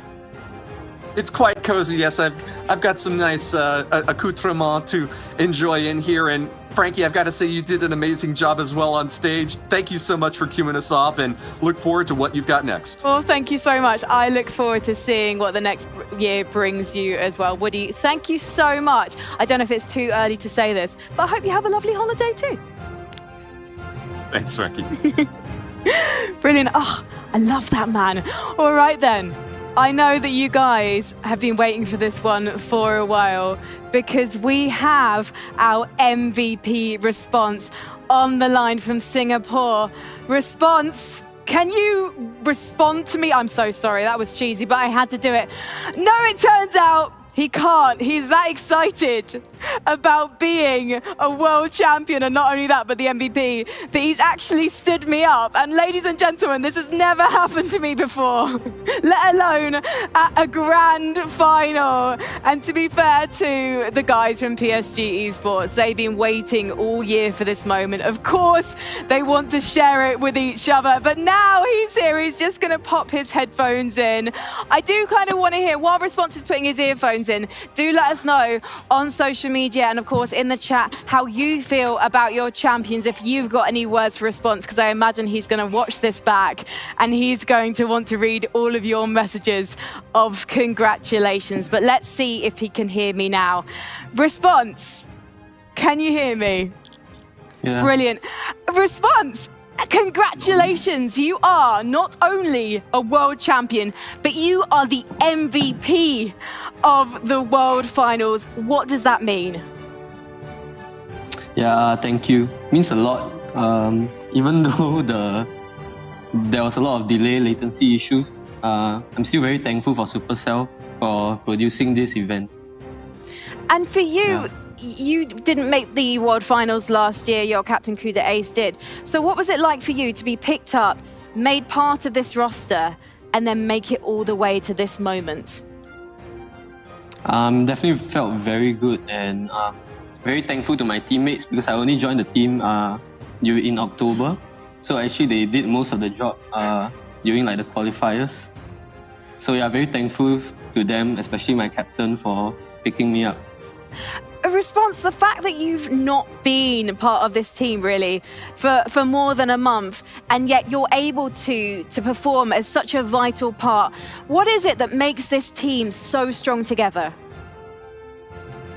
I think even though I was not part of the team, I still participated in like other unofficial tournaments, and I've been playing with Coupe for like almost 2 years already.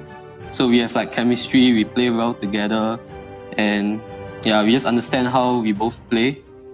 And of course, not only with him, with my other teammates, we practiced a lot.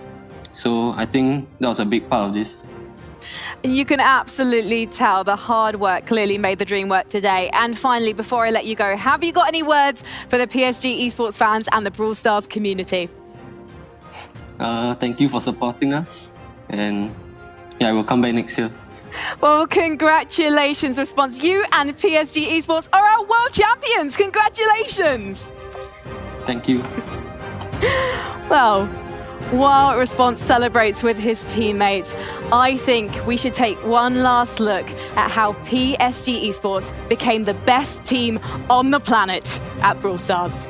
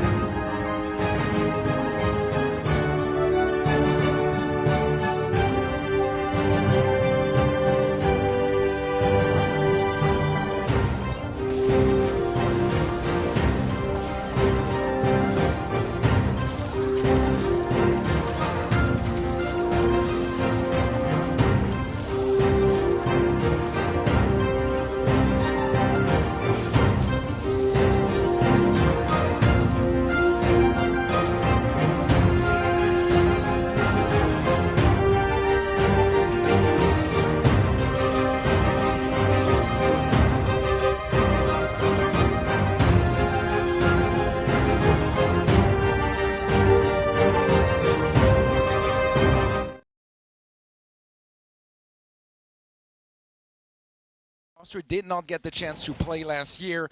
We'll see if they can make it work this time around. The grand finals are starting off, and already a kill in favor of Zeta. Yeah, BB is a bold pick for MMA, and all down goes Jason as well. It was a very aggressive start for Navi here, but Zeta seemed to take it within their stride. A little pop of the gadget there from MMA as well, getting right up in their face, but it looks to be defended pretty well. Nice wall to separate the action there, Tony. Yeah, that is definitely going to be splitting things up, and that means that MMA cannot get too much help on the left side. Gets matched in a 1 versus 2 on the right side. Tensai does a great job at staying in the distance, not getting close, not taking any risk, but now he's going to catch him off guard. Gets a little bit of damage down, not quite a kill, but the tempo is there to get it in the end. Both teams #1 within their regions, but who is going to be #1 in the world? MMA going in, does not get the bat off. That is a strong holding of the spawn by Zeta. Cube going in and gets blocked up by Shitabu. Oh my word, and Chappy with a shot to the face as well. Oh, Zeta are all over this, Teddy. They are not messing around. I appreciate Navi for taking a risk in game 1 of the grand finals, going for something very risky, very different, but it is getting shut down. This is a scary start here for Navi. 30 seconds left in this first game, and Zeta is leading by 10 stars. I have not seen Sprout on Shooting Star for a very, very long time, but it is a wondrous thing to watch the Tampa use it in the way that he is. Tensai going in on the Cube, Cube with the phase shifter, but oh, the Tensai gets to pick up again, and MMA is out of position, comes back there, 21, 23 stars, Teddy, to the 6 of Navi. That is a dominant start by Zeta Division. What a way to start the grand finals here for Zeta. What a performance early on. And honestly, man, this is crazy because Sprout, it's not that good against any of the brawlers on the other side, and yet I believe he didn't die once. It's actually insane, and now you can see why the players have been discussing things in the way they have in the background. It's very unusual to see some of these ideas, and you know, it's a great thing because it teaches people that the meta is not always what you think it is. It's not always grounded to your region as being the best. You can learn so much from looking across the water. The team damage 33%, and look at that. That stat's beautiful in itself because it means that every single player on the side of Zeta Division doing their bit in equal measure. DPS 303 as well. I'm curious to see how Navi are going to respond for this one, because I've got to say, Zeta looking very confident. There's the polls coming through as well. Yeah, it seems like Navi is the favorite, the Russian community rallying behind their representatives. Zeta Division a little bit behind. It's not very one-sided, but it's interesting because Ark and I both were slightly in favor of Zeta, I believe, for this matchup. But community seems to be disagreeing. We'll see who is right between you guys at home and us here. Yeah, I mean, it's still very early stages, and Navi have got great comeback potential, it's got to be said, and a very, very big audience at home cheering them on. There's a ton of support over in ECA, so with that behind them and a lot of voices giving them a lot of encouragement, let's see what they will do. Coming out with the Nanny, the Tick, the Piper. On the other side of things, Data Division bringing in the Max, the Gene, and the Pam. How are they going to do this in terms of aggressions? Tensai's got that super as well. No magic hand yet, though, for Chappie. Yeah, Chappie's very low HP as well. He is going to get hit by a Tick Mine. Claims his life, but look at that binge coming through. Side Tempo with 2, with 3 kills. And that is a terrific start for Zeta. But comes in with Jason shots. Oh, the bang there to Side Tempo.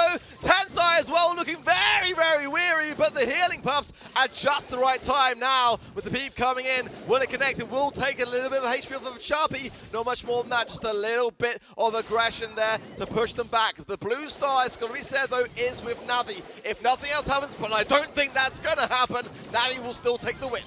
MMA is very low HP, needs to be careful. Tensai gets sniped out of existence. Chappie finds the kill on MMA eventually, and that blue star is giving the lead to Zeta for now. We're still neck and neck. There's really so little in it. Just one takedown here and there. Oh, down goes Cube. That's still allowing then the Chappie and Side Tempo to push this left hand side. Jason, very weary. MMA as well, about to go down. Oh my word! What an amazing turn of events, but it is Zeta that keep the lead, and they're going back on the retreat. Oh my goodness, Tempo doing it again on the other side of the map, able to claim kill after kill on a Pam. This is absolutely unbelievable, but the comeback, there is a chance still for Navi here. They need kills to come through. That's another one, the blue star! Oh my gosh, can Tensai do anything about this? The base shifter, but it's not enough. Even with the let's go, Navi have just done the impossible, and they come back to tie up the set, Teddy. How is that even possible? My goodness, that was quite a clutch for Navi, and an important one as well, because that keeps them in for this first set.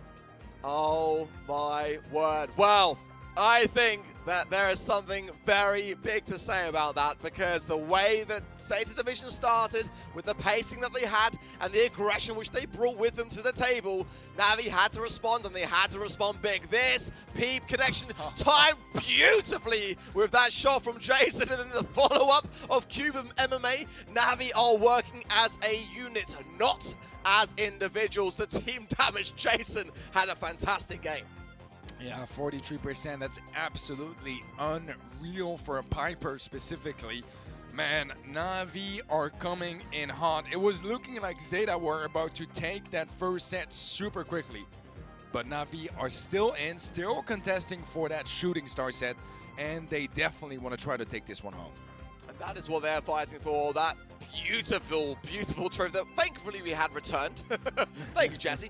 But of course, a lot of money is at stake, and the bragging rights. I mean, you know, you got to talk about that as well. Being the champions is an incredible thing to be able to flaunt around, and both of these two teams at the minute more than capable of achieving it. Who, though, is going to take this first set? Will it be Navi? Will it be Zeta Division? This comp comes down to so much importance. Man, something that I love already about those grand finals is that we've had plenty of matches today, and even in the entire Brawl Stars Championship World Finals, with teams that struggle to really warm up and find their groove and start waking up too late. Both teams here popping off from the get-go. Well, players taking just a little bit of time, and I think that's more than allowed. This is a very, very important match. What are they bringing in? Oh my word, Jason! Bringing out the Mortis, the Max and the Pam. MMA on that right-hand side, gonna then have to be holding his own. The Piper, the Leon, and also the Sprout coming back, which you loved in that first game, Teddy, for Zeta. Yeah, I mean, Tempo does magnificent work with that Brawler. Blue Star obviously picked up quite easily by the Mortis. He's going in very aggressively, not able to get the kill, but with a Mortis play, you want to make sure you get your super as soon as possible. Even if he doesn't get the kill, he got a lot of damage down, and that gets him very, very close to that super. I love this. I love it. I've been saying all year long that I wanted to see some variation in Shooting Stars that it was one of the more stale maps. Well, that is not the case on the Brawl Stars World Finals as Jason goes in and comes back with 4 stars and the blue star. Mortis on Shooting Star, Teddy. It's not what you'd expect to see, but it is working. Unbelievable plays there from Jason. He has been MVP for every match of his team in the World Finals. He wants to get the perfect run, and he's looking to get in for another attempt there on Touche the Tempo. Not able to get there just yet. Wall is a bit misplaced there. Not something we see very often from him. Achapi is able to find the first kill for Zeta. And MMA overextending maybe a little bit. Oh, yeah, got punished for it, but Jason on the other side of things is keeping the dream alive. It was a good use of the scrap sucker, but then when Chappie had the shot, he didn't fail to hit his target, and that was going to be MMA. Now Chatempa going forwards, places down the overgrowth as well on that right-hand side there, trying to lock down MMA. If they can get another one off and pinch them in a trap, then this could turn around, but 10 seconds remain, and at the moment, State Division are going on their final stand. Navi have the lead by 3 stars, make it 1 as Densai finds a great kill on Cube. Low HP MMA as well. This could be turned around. Jason! Jason gets 2! And that secures the first set for Navi. Oh my word, Navi did so well to hold on to that because the pressure that was being applied by Zeta honestly looked overwhelming to me. They had a great comp to be able to really put them in that corner, but they were not able to get the job done. Jason, with that bold Mortis pick, timed his runs very, very carefully, and as a result, Navi will take the first set. What a pick to go for. Mortis on Shooting Star in the grand finals. Game 2 and 3. Beautiful decision making here from Navi all around, and Jason executing it just perfectly. Yeah, absolutely. I mean, there you see it. What a dangerous position, but with Q coming in with the supers to bring in the speed with the Let's Go. Oh my word, he didn't die once. A 4-0 KD and almost got half of his team total damage. I mean, that is seriously, seriously impressive, Teddy. Yeah, man, 46% team damage on a Mortis is insane, because most of the time with Mortis, you're not attacking people. You're kind of just dodging, waiting for opportunities. Yeah. That means he hits hard when he hits, and that's so important. Gem Fort coming up next here for Gem Grab. Now, that's a little bit better for Zeta Division. It is a game where they enjoy a lot. They play very, very well. It just fits with their playstyle so well. But it's also a really good game mode for Navi. And honestly, with the momentum that Navi have started to build up, this is scary for Zeta. Yeah, exactly that. You know, we saw earlier today when Zeta Division were playing Minecart Madness with the Crow pick, they timed the turnaround beautifully. And that is the thing. Gem Grab is not always about aggression or speed or any of those things. It's about just holding your own, timing the turnaround, and coming back with the goods. Ultimately, you know, even in that final second, that final moment when it looks like it's all over on Bleak, you can still turn the game around. Again, comps are going to be so important, and as you rightly put it before, you know, Mortis in Shooting Star. You know, who is making these calls in the background? Is it the players? Is it the analysts? Is it Alga? I mean, whoever's doing it, I admire it. I really, really do, because it's bold, and no better place to be bold than the Brawl Stars World Finals Grand Final, Teddy. Man, typically, I would say between Gemfort and Shooting Star, I wouldn't expect a single brawler in common, but with the meta we've been seeing here on Shooting Star, a lot of those brawlers are absolutely playable on Gemfort as well, and from the results we had in Shooting Star, we might have a bit of a trend over there. We'll see how they decide to play it out. We haven't seen quite as much of the tanky brawlers that we usually see from Navi, so maybe Gemfort is the occasion to do so. Maybe not the map where you would usually see it, but at this point, I'm expecting everything and anything in the Grand Finals. Well, players are going to have to just keep the Midnight Oil burning strong. It's been a wonderful 3 days, a very tiresome one for many, and you're looking at a team which have been through it all. Navi still got smiles on their faces, know that they have just edged themselves nearer to the very thing that stands before them on the stage. Here we go, in then, Cube with the smiles. Max, the M's on the right-hand side of MMA, Sandy with Jason against a very similar idea, but bringing in the Tara and the Jean on the side of Zeta Division. All right. So far, Zeta with a bit more control. A great pickup from the tempo. Does get traded out, but the trade is there once more for Tensai, and this is going to give some nice early control for Zeta Division, building up that gem count early on. A beautiful pull coming through as well. A Chappie able to close out that kill, and Zeta are starting off great. Yeah, just knuckling themselves in the mid and opening the map a little bit to allow Tensai to really get supers rolling in with Magic Hand. Jason then coming in, bringing his teammates with him. The Sandstorms cannot be underestimated here. It's going to allow Navi to start to bring back just a couple of gems. Chamber there, very low, and MMA should get the pickup. Got to be cautious of that right-hand side, though, and Chappie is lurking, and now he's got the black hole. But will he connect? He's thinking about it, he's blinking it, he's letting MMA know, I am dangerous, don't try it, buddy. Cube just barely able to dodge that pull, and that is why they decide to bring the Max mid, try to counter some of those pulls and sucks available for Zeta. So far it is not working out, though. Don't even need the pulls if you get the kills in another way. Zeta Division 5 seconds away from claiming game 1 of Gem Grab, and there's no one close enough to interrupt that countdown.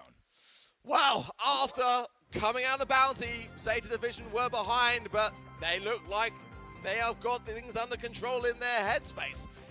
You've got to do that as a team that are capable of achieving something as prestigious as being #1 in the entire world. That is what makes you great. To be able to put the past in the past, but most importantly, leave it there. Come back refreshed and treat everything in the present. That is what Zeta Division are doing. If they get this next game in the bag with similar ideas, this one is going to look very much more a closer affair. Man, this is starting to look similar to the match that Zeta had against AQM. Yeah. They start off struggling a little bit, but then it comes to Gem Grab, they shine, and then once momentum builds up, confidence builds up, and then they are unstoppable. Question is, can they reproduce that again? Or is Navi going to be able to put an end to it? Well, if Shitamba's got anything to say about it, he's getting half the team damage at the moment. Back in the Brawl house, the tribe flag being waved. Not quite what they wanted to see, I would imagine, in that case. But Bruce looking very, very cozy, very, very snug there in the hands of who? It looks like a Mr. Bobby. It is a Mr. Bobby. Gives a little wink. Yeah, I told him that. I told him that. Ah, beautiful stuff, Ark. Beautiful stuff. An inspiration to the community.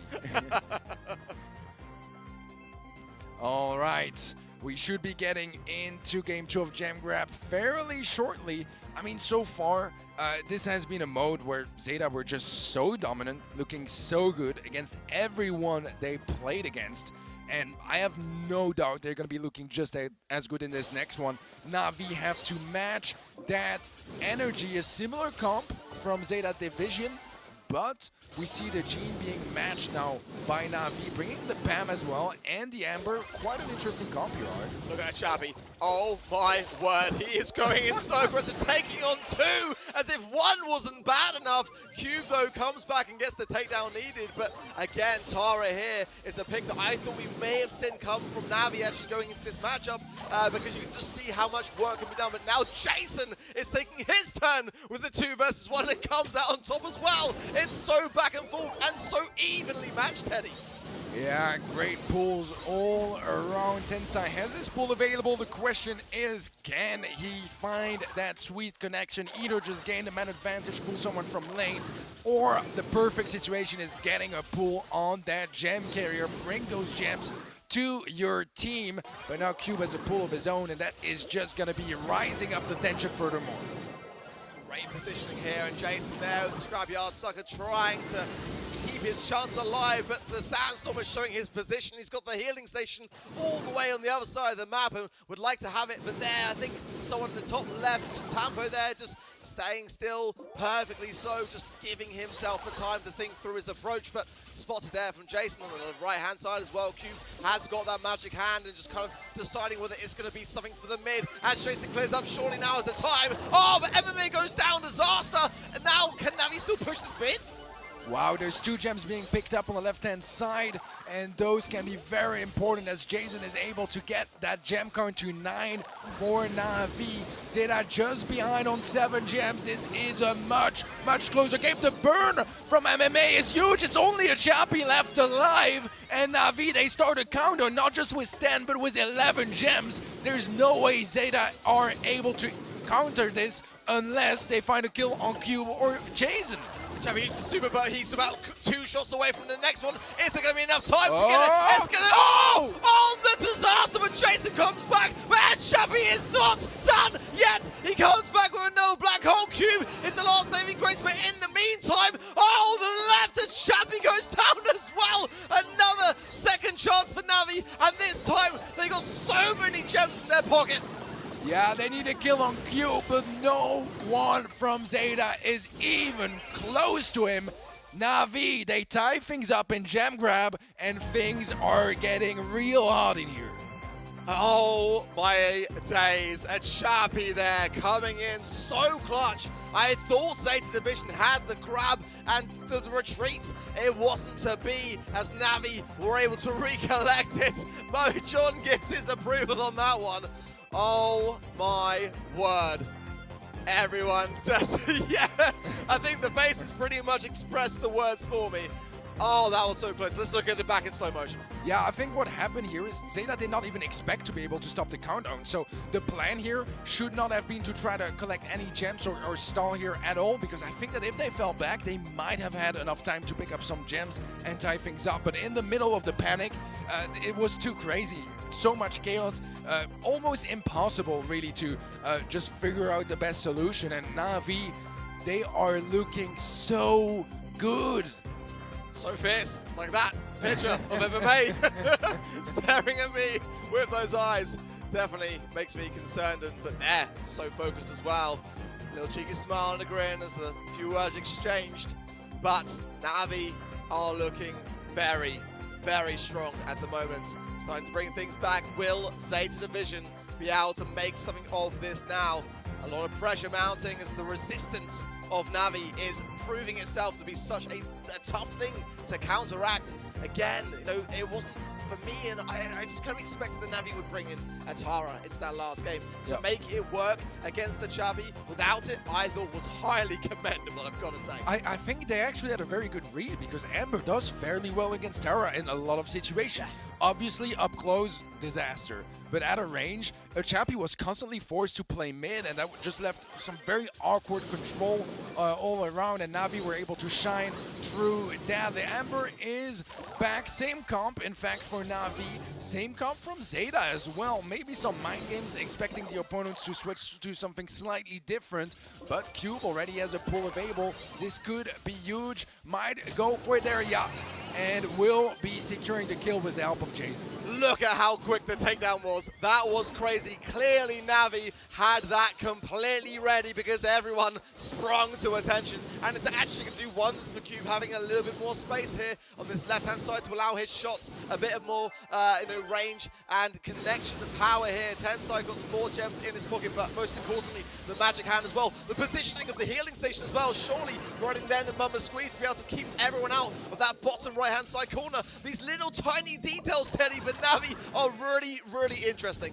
Yeah, Chappie in a very good position here is going to be closing the max range that he can fight against that Amber, and will be winning that fight. He is on that flank still. Cube trying to defend it off, but it's not working out, and this created such a big distraction. So much space that Zeta got a countdown. Those 2 gems in the pocket has caused the reset at the moment. Just the 9 now on Zeta's Division side of things, and keeping Shitambo back now at this moment in time is crucial as Na'Vi try to bring this one back. Tensai has got the magic hand, and Chappie coming forward, trying to get his black hole off, and he turns it. Jason's going to be very, very careful. He is carrying 1 gem. That will be enough to give Zeta's Division a countdown as Tensai tries to push. Force back now. Oh, MMA puts down the oil, and Chappie goes down. Oh, Teddy, what is going on? Tensai still has that pull, but the gem was picked up by Shitambo. Now countdown for Zeta. The pull connects as well. The Chappie finds a frag. Shitambo with the next one, and Jason gets deleted as well as Zeta Division pull through and tie things up by picking up gem grab. Oh.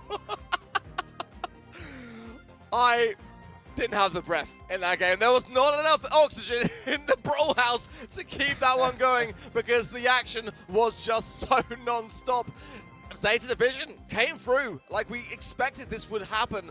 Such a close affair between these two teams, and the game mode, like you rightly pointed out, going in was favorable towards them. I think Navi did great to come back when they did, but in the end, it was just a little bit too much. I thought when Chappie went down here, there may have been something within Navi to hold that mid, but over time, the pressure got to them, and that was a great pull from Tensai to be able to really keep things under control there. I think that the huge turning point was once they got 9 gems, had a pull on the Gene, and there was that gem on their side of the map. They knew that no one from Navi could go pick it up. They would get pulled, it would be over, and it was just an unwinnable situation almost, and Navi almost made it anyways. Insane, but look at that. I mean, it's not a big Gene diff, to be honest. I think fairly even match. What was more interesting, I think, in this set was the lanes. So much action over there, and then they would be helping out in mid to, secure that countdown. Okay, well, moving in. Backyard Bowl next for Brawl. Possibly a bit more open space than Zeta Division might like in terms of their playstyle, but Navi, they've got that secret weapon still in their pocket. They haven't really shown its hand that much yet, but I've got a funny feeling that Cube is going to start things off with it. You know what I'm talking about, right? I'm thinking Buzz, am I correct? Yeah, you are spot on. Lovely. Yeah, I mean, Zeta Division, of course, we're looking to utilize a lot of speed here and really land these shots. Maybe Yatara or, here and there. Open up the mid with the black hole is a great strat and one that's not often utilized in Backyard Bowl, but it would be something which would fit within their style. Maybe the Sprout will come back as well for a great defensive capability. Clearly something within their skill set. And how about yours, guys? What's your skill set? Is it in predictions? Because right now you have got to be making all the most of getting those in at event.brawlstars.com. Don't be like me. Don't follow me on Twitter. Don't listen to any of mine because it has not been the best of these 3 days. Day 2 was my best day. I got every single one right. I think I got one right today, and that's about it, Teddy. I'm not doing all that much better. Don't feel bad. These World Finals have been so unexpected, and it's all better for it. Danny with some beautiful Brawl merch showing off to the world as we move on to the Backyard Bowl. And already so much aggression from Zeta early on, not messing about and bringing in the squeak. Yeah, they are. And again, if played correctly, I think it's really viable with Jason. Oh my word! Got shut down very quickly from that mecha. The speed of the Tensai playing on Max there. Coming into play, Cube taken down. But look, Jason, he's actually cycling really, really well on the side of the Max and helps with the on the right-hand side with MMA. Bit of a misswipe there, but now being able to push forwards and have some of this back under control. All right, interesting stuff. So far, Brawl still in the middle on the line, but Tensai looking to change that. Jason is low HP, he's gonna get tagged up. Tensai pushing forward to jump in, but he can't quite get the shot in. And that is gonna be a successful defense from Navi.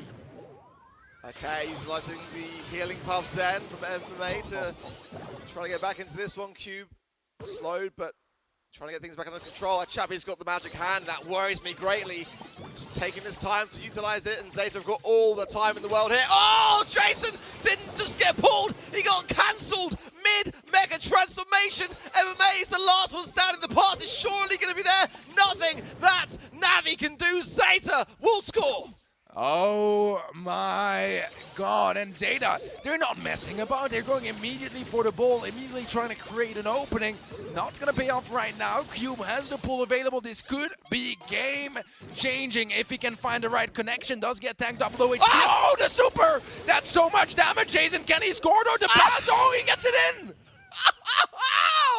Oh my word! In amongst all the chaos to find the fee of your teammate, my word! But look at that! Straight away, Zeta coming in with a magic hand of their own. Navi have got to take this very, very carefully. There's 30 seconds now, 25 on the clock left. They've got to clear up some of these side lanes and get themselves back into the mid with the ball with them. This is not a good place leading into overtime. Wow, Zeta are cycling through those skills, trying to keep the constant man advantage as overtime is getting closer and closer. MMA has the jump available. Can he find some value over there? The pull connects.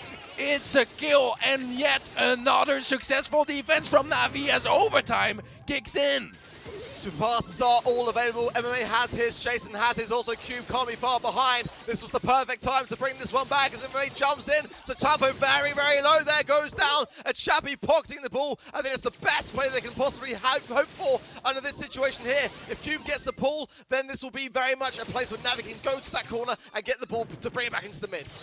All right, still no clear winner for this game, but Zeta are making some moves, finally back on the bottom side of the map, trying to go for some opportunities, but they don't have anything just yet. Super doesn't find any connections to jump in from MMA. The pool follows up. Is that going to be a goal? The pool saves the day, or does it? Yeah, that is going to be Zeta scoring anyways.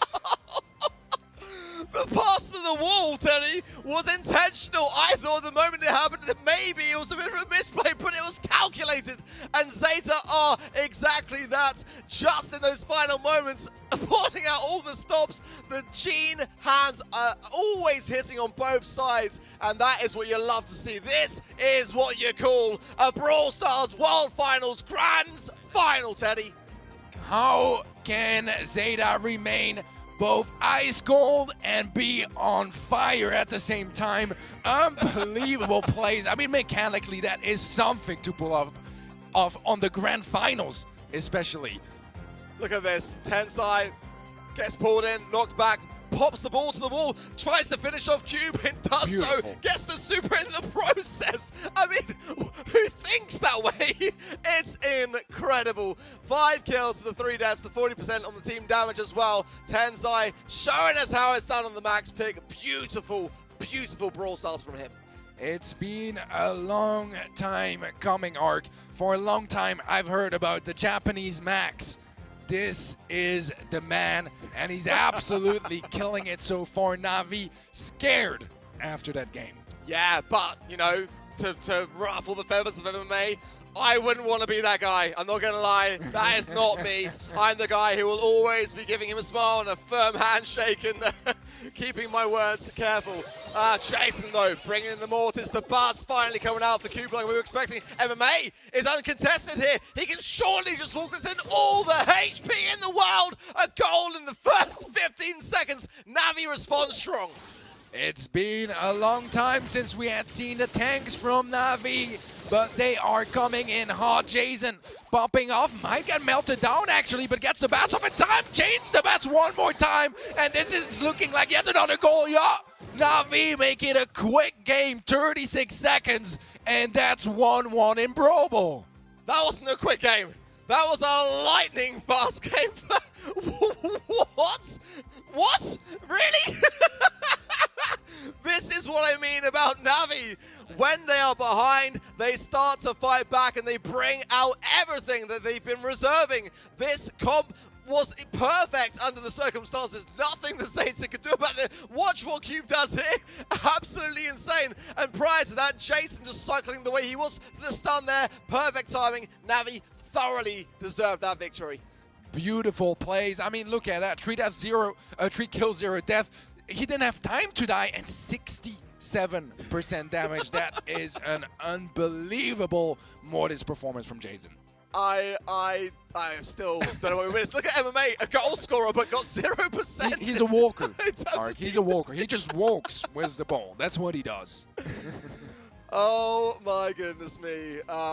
Amazing, amazing. Let's see, will Na'Vi keep it though? I mean, it was designed to be something that Zeta would not expect. Yeah. So, but having said that, I've got to point out, you know, Na'Vi, throughout the course of the past 3 days, sometimes just continuate their comps. Like, I think we got to a stage now in Brawl Esports where every team is expecting to switch very, very quickly. Na'Vi, however, if it works, they tend to keep it. So I don't know now how Zeta are going to be feeling going into this match, but they clearly are doing just that as we speak. We are going to see whether Na'Vi will be able to pull back a set here, or whether the pressure that Zeta Division are applying is just getting a little bit too much. Set 3 is on the line, and both teams are incredibly hungry for it. And we will be seeing some interesting changes. Cube going for the Gene. Navi not sticking with the tanky comp, going for something a bit more classic. And we see a Colette, which is very interesting for this map. Yeah, I mean, look at this. Zeta were absolutely expecting Navi to continuate this. Bringing in the Colette, bringing in the B. They were expecting tanks. I think Navi made a good change at a perfect time, but they've got to keep their composure. Cube coming in with the heals there from the Magic Puffs, and Shatambo there coming in with a great Honey Molasses Cube there. Very much immobilized. A lot of pressure on this right-hand side. I don't like the way this is looking for Navi. Yeah, this is a good push. They might be able to score here. The 3K shot from the tempo connects as well. But Cube gets the ball, gets it out of the way, and that's gonna save the day. What a lamp blowout! All three players completely connected with it. It wasn't enough to get the super to clear it further, but boy, it did the job. Oh, a great magic hand from a Chappie, and that is going to seal the deal. A goal is scored. 1 minute 15 remaining for Navi to return the favor. Zeta Division back in the lead, a minute away from taking this set, but Navi are not slowing down either. Push is forming. Cube is low HP though. Beautiful taps from Tempo, able to get yet another kill. Makes it a double in fact, and this could be the set gone. However, the respawns are coming through and Navi are back in defense. Okay, a bit of a reset here then, but again, the timer is ticking. Navi have got to return this goal very, very shortly, but they've got to get set up for it. Cube has got the magic hand. Jason, though, requires the mech, and Zeta know this. They can't be feeding Jason too much. This could turn around very, very quickly if it stays this way. Zeta Division are going to gain the set, but that's a great connecting pull there from Cube. But the ball cleared into the corner safely. And then look at the way that Chappie and Shatamo just getting behind the Honey Molasses. That is going to be an impossible ball to gain back from Navi without some takedowns along the way. 10 seconds shortly here for Navi, and it seems quite complicated to reach to that ball. Zeta Division should be able to take this third set and are back in the lead. Oh my word. Just when you think it's very much one-sided or you just don't know what to expect, honestly. The way that Navi are coming back every single time, but Zeta Division just keep the pressure on. It's such a cat and mouse affair, and whoever's playing the cat changes between every single game. Oh my word. And look just how calm they are. I just think they are just built different, Teddy. They really are. You know, everyone has their own play style. I mean, look at that play. You have to be absolutely cracked mechanically to pull that off, especially with so much pressure, with so much on the line. That was a beautiful save from Cube, but it wasn't enough. Yeah. It wasn't enough. They still managed to score afterwards, and that's what makes the difference at this point. Zeta leading by 1 set. It is a best of 7, so we still have a couple more sets to get through, but so far it seems like Zeta is slowly setting themselves apart, although Navi, they're just right behind them. But like you say, like that was an amazing play on the Gene lamp outside of things, but it wasn't enough. You know, Zeta are so perseverant, and that is, you know, causing Navi some problems. They're going to have to spend some time shouting things through going into Ring of Fire for Hot Zone, because this one is just heating up beneath us, as the game mode itself would indicate the same thing. Comp here, so important. Surely then the Meg will play a vital role here, one that, you know, Navi were already bringing out just a little bit into Backyard Bowl, but you know, if you need a reminder of the bans, they were Bell and Lola on the side of Navi, Byron and Stu on the side of Zeta Division, who have got this lead 2 sets to 1. Ring of Fire, Hot Zone up next. Man, can I just point out that every single set so far has gone to game number 3? Yeah. And I think that says a lot about how closely matched those two Titans are, both dominated through their respective regions, somehow dominated through the entire bracket of the World Finals, and now they are face to face, and it could not be closer. And more perfect. I mean, this is the grand finals. We need to see matches of this caliber going all the way, and it just goes to show worthy oppositions all the way. But can Navi now bring this back to tie up things in Ring of Fire? They're going to have to, again, be thinking very carefully. I would like to see Tara here, personally. I know it's been a bit of a kind of controversial pick, but the first time I saw it, I loved it. I would not be surprised if Zeta are thinking the same. I think we're going to probably see a lot of mech going in, as the way that you get your mecha just turns the tides and pushes everything back. Some assassination brawlers definitely here would go a long, long way. Crow is a very underutilized brawler as well, which both sides are showing some liking towards. But okay, going in. Very different ideas from Navi. I've seen this before. It works very well. Building up the bushes with the rose and then the grow lights. That is going to provide all the cushioning. And do Zeta have anything to break these walls? No. So those bushes there, if Navi can bring back this mid control, they're going to have a lot of ability to hide amongst the mid. Managed the tempo already doing so much damage on that. Bam! Zeta Division, they have so much control to get contested by Cube. He's in the zone, he has that shield and he's dealing tons of damage. He is pinched, however, cannot really hit both players and doing a great job at avoiding that. But Jason is there for the pinch, gets the kill, gets the follow-up onto Tensai. Problem is for Navi, even though they're getting kill after kill, they're still behind by quite a bit. The third push laid down by Q, but I've got to say, but as quickly as things started, you know, we saw 50% already with Zeta, but look at Jason go here, cycling beautifully, and Chappie about to go down, and if he does, no hills are going to be there. Oh my word, Navi have come back, but Tensai coming in, trying to just cycle as well of the takers of this break. This one is so close to call, Teddy. Oh my goodness, Navi, they started coming back, but Zeta are back in the zone with 3 members of their team, 90% captured, and Navi need a miracle or this game is gonna go to Zeta, and it is indeed. I think that it was almost like Zeta knew this was coming. I think they must have been prepared for that. To bring in a Gale on Ring of Fire, to me, that says something. And boy, the value that that brawler had. So much HP on the side of Navi that was just eaten up and just spat back out, or rather blown back out by Zeta Division. That was very, very convincing. But, I mean, again, I think Navi did great to try to bring this back, because blink and you miss it. There was 50% on Zeta Division's side at such an early stage. I think that Navi were just a little bit too passive going in, personally. Yeah, I think so too. An interesting decision, I think, as well, is to use the launchpad gadget on Gil instead, you know, of the little storm. I'm not sure exactly. It could honestly have been a mistake, you know, with the stress and everything like that. But it worked out anyways, and that's what matters. They're going to be very happy with that result. And Lou is an interesting brawler to bring in. I watched a lot of scrims on this map before the World Finals, and I saw a lot of Lou. I was curious to not see that much of it so far in the World Finals, but it is coming in for MMA, and so far Navi have the better start. Oh, I do like this coming in. Look at that. The quick and swift take down the right from MMA. Jason there just trying to earn his healing station, but much, much better from Navi so far. Cube as well, bringing in the Tara again, a brawler that I personally love to see here. And the freeze there, Shatampo in big, big trouble. Tensai as well. Navi with the control. Nothing that Chappie can do in that side lane. Nothing at all. All right, we got a champion on the right-hand side trying to get some tags, trying to get a super to help his teammates survive for longer when they get in the zone. But Cube comes in with the pull, so much damage on the tempo as well. But he's not even greedy. He's using cover, he's playing it safe and playing it for the team. And Navi, this is working out amazingly well so far. 80% captured and such a one-sided game, just to tie things up in this set.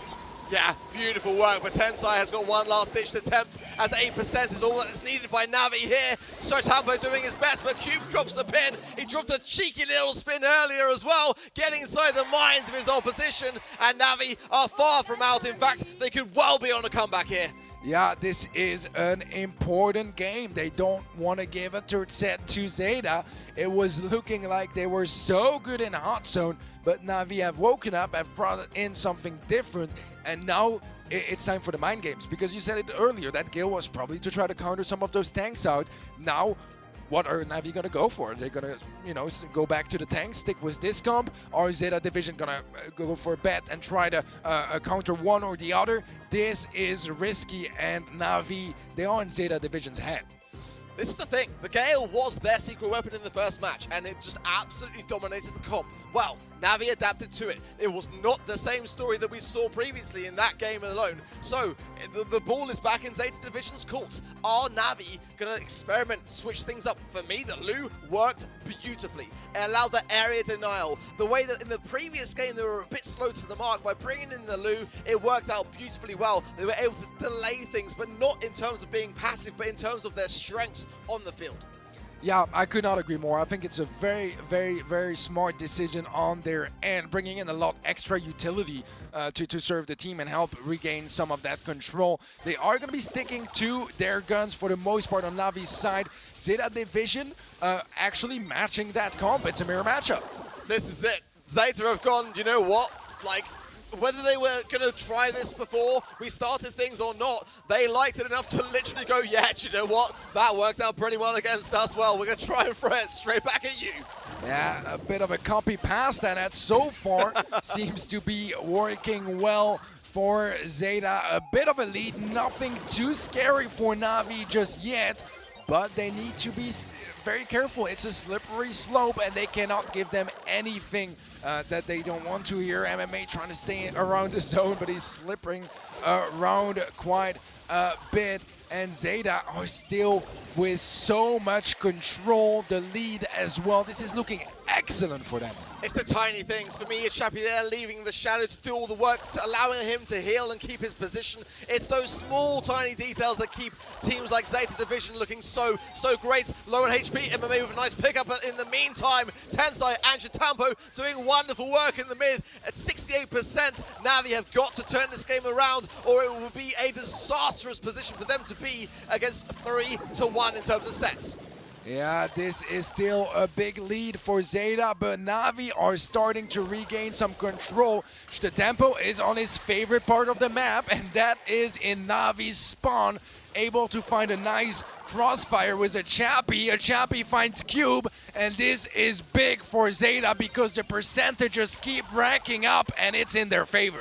Absolutely ginormous here. If Zeta Division can keep this up, it is going to put so much world of pressure and hurt upon Navi here. 8% is all that is needed, but Cube coming in, trying to earn that super here. If he gets the black hole, it could be all over, but look at this, the push, the final push from Zeta Division, take the zone, and the fourth set, 3-1, Zeta right out in front. What a match, and Zeta are starting to set some more space between them and Navi, getting closer and closer from the title of World Champions for 2021.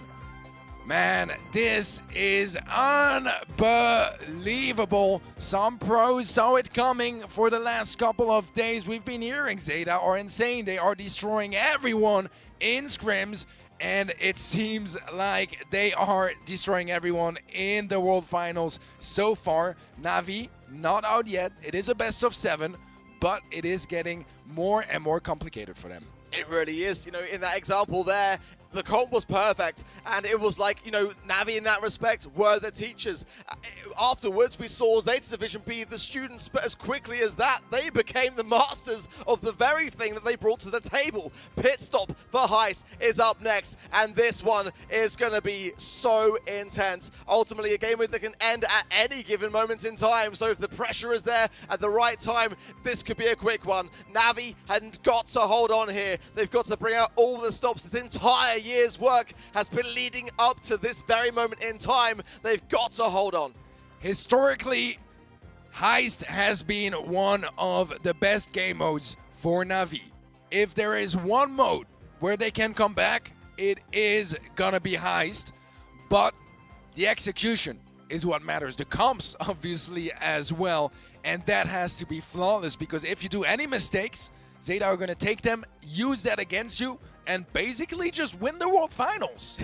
Basically, yeah. I was just you know, a casual little stroll towards winning the World Finals. Exactly that. I mean, looking at how composed they are, that does seem to be. I think it's pretty fitting, yeah. Yeah. Well, Okay, the thing that I noticed in terms of the bans is that the Stu is unavailable, likely to be a Brawl there, which Navi would love to have brought in, possibly alongside an Ems or an Edgar. That is going to be the question, is do they bring in the Wall Breaker for the mid and have then the Ems be able to really assert her authority, or are they going to just keep jumping in, keep cycling things going with some tanks, or are they going to go with something more control-based? They're bringing in the Surge, the Dynamite triple the double thrower and Surge for Navi, and the tankiness and the aggressiveness of the comp here. I like, actually, personally, Zeta's comp more here. I mean, it's a great counter comp. It's a great counter comp. Edgar is so good against those throwers. Yeah. This is going to be a huge problem. They didn't find all that much damage so far. Cube is going to get some free tags there onto Tensai, but not before Tensai gets a lot of damage on Safe. However, on the top of the map, there is still quite a bit of damage going on to Zeta Safe. Chubba jumping in. Getting the pressure on the Cube. Cube a little jump away, but not far enough away from the Fizz here. On the other side of things, the Barley shots are hitting home hard. It's actually very, very close here as Cube tries to connect. The pressure of this comp is getting the best of Navi, it seems more so. 7%. Oh my word, Zeta are so dangerous in this position. 10 tournament points. Match point. Not only that, as you said, tournament point, BSC point, I want to say. Oh, Navi needs to go in slightly more cautiously there, I feel, under the circumstances, dropping things just a little bit. Zeta now have got the ultimate strong arm here, Teddy, and that was not the right comp at the right time. Zeta Division read them like a book. They bring in the Edgar, arguably the best thrower counter, and there's 2 throwers on the side of Navi. That's a disaster for them. We're not able to do anything in that situation, and the tempo has been able to pump off once more. A single game is separating Zeta Division from the title of World Champions. Wow, it is not over yet. Navi have got their final stand, and if they get this one right, as you rightly mentioned, being one of their stronger game modes, they are still in with a chance. There is still hope there left for EECA in this tournament. Little fist pump there, Zeta feeling good about this one, but Navi has such a strong start. They adapted so well along the way. Will they do it in what is possibly the most stressful moment of their Brawl Stars careers? They look pretty calm and collected, but again, it comes down to the comp. This is possibly their most important decision that they have ever made in their lives. No pressure. I mean, with the money on the line, 400,000 for that first place, I can tell you, I can guarantee that it is one of those huge life-changing decisions. But here we go. The Daryl, the Edgar, the Barley for Navi. There is a bit of an interesting comp on Zeta as well. Let's see how this works out, as so far Jason is deep in enemy lines and will be able to dish out quite a bit of damage. On the other side of things, a lot of action here, and Cube doing his best to defend this. Tenso, the friend zone, does connect nicely. Damage raining down, but MMA coming back in. Will need to hit these shots, keep Tensai low. Cube wasting no time, no hesitation to get in, but as soon as that is happening, Shatampo now is back in his position here. Navi have got to go more on the aggressive. They've got to be cautious to not overly defend this. All right, things slowing down a bit until the tempo jumps in. That's a massive amount of damage pouring down on that blue save. 35% of HP left. There's the tempo is still going. More damage, 27%. My word, the pressure now mounting. Tensai has got his super as well. Chappy, everyone is pretty much buffed up. Shatampo can't be far away from super now. Navi have got to defend for their lives here. Everything on the line. It's all kicking off. The push is coming through. Chappy is on the save. Can he dish out the last couple of shots? It's not possible just yet. Still a bit off space, but the tempo has the super available. If he can get the jump in, this could be massive. Jump in, damage doesn't connect, and he goes down. 10% is all that's left of the final push. Coming in, a shot here and a shot there. Teddy, what? Are they going to do it? Oh, that's going to be it. And there you have it. Zeta Division are your world champions.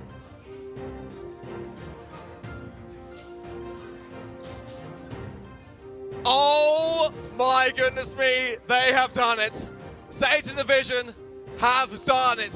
One of the most reserved teams in this competition, and all their hard work has paid off as they approach the trophy to lift it. Zeta Division are your Brawl Stars World Champions!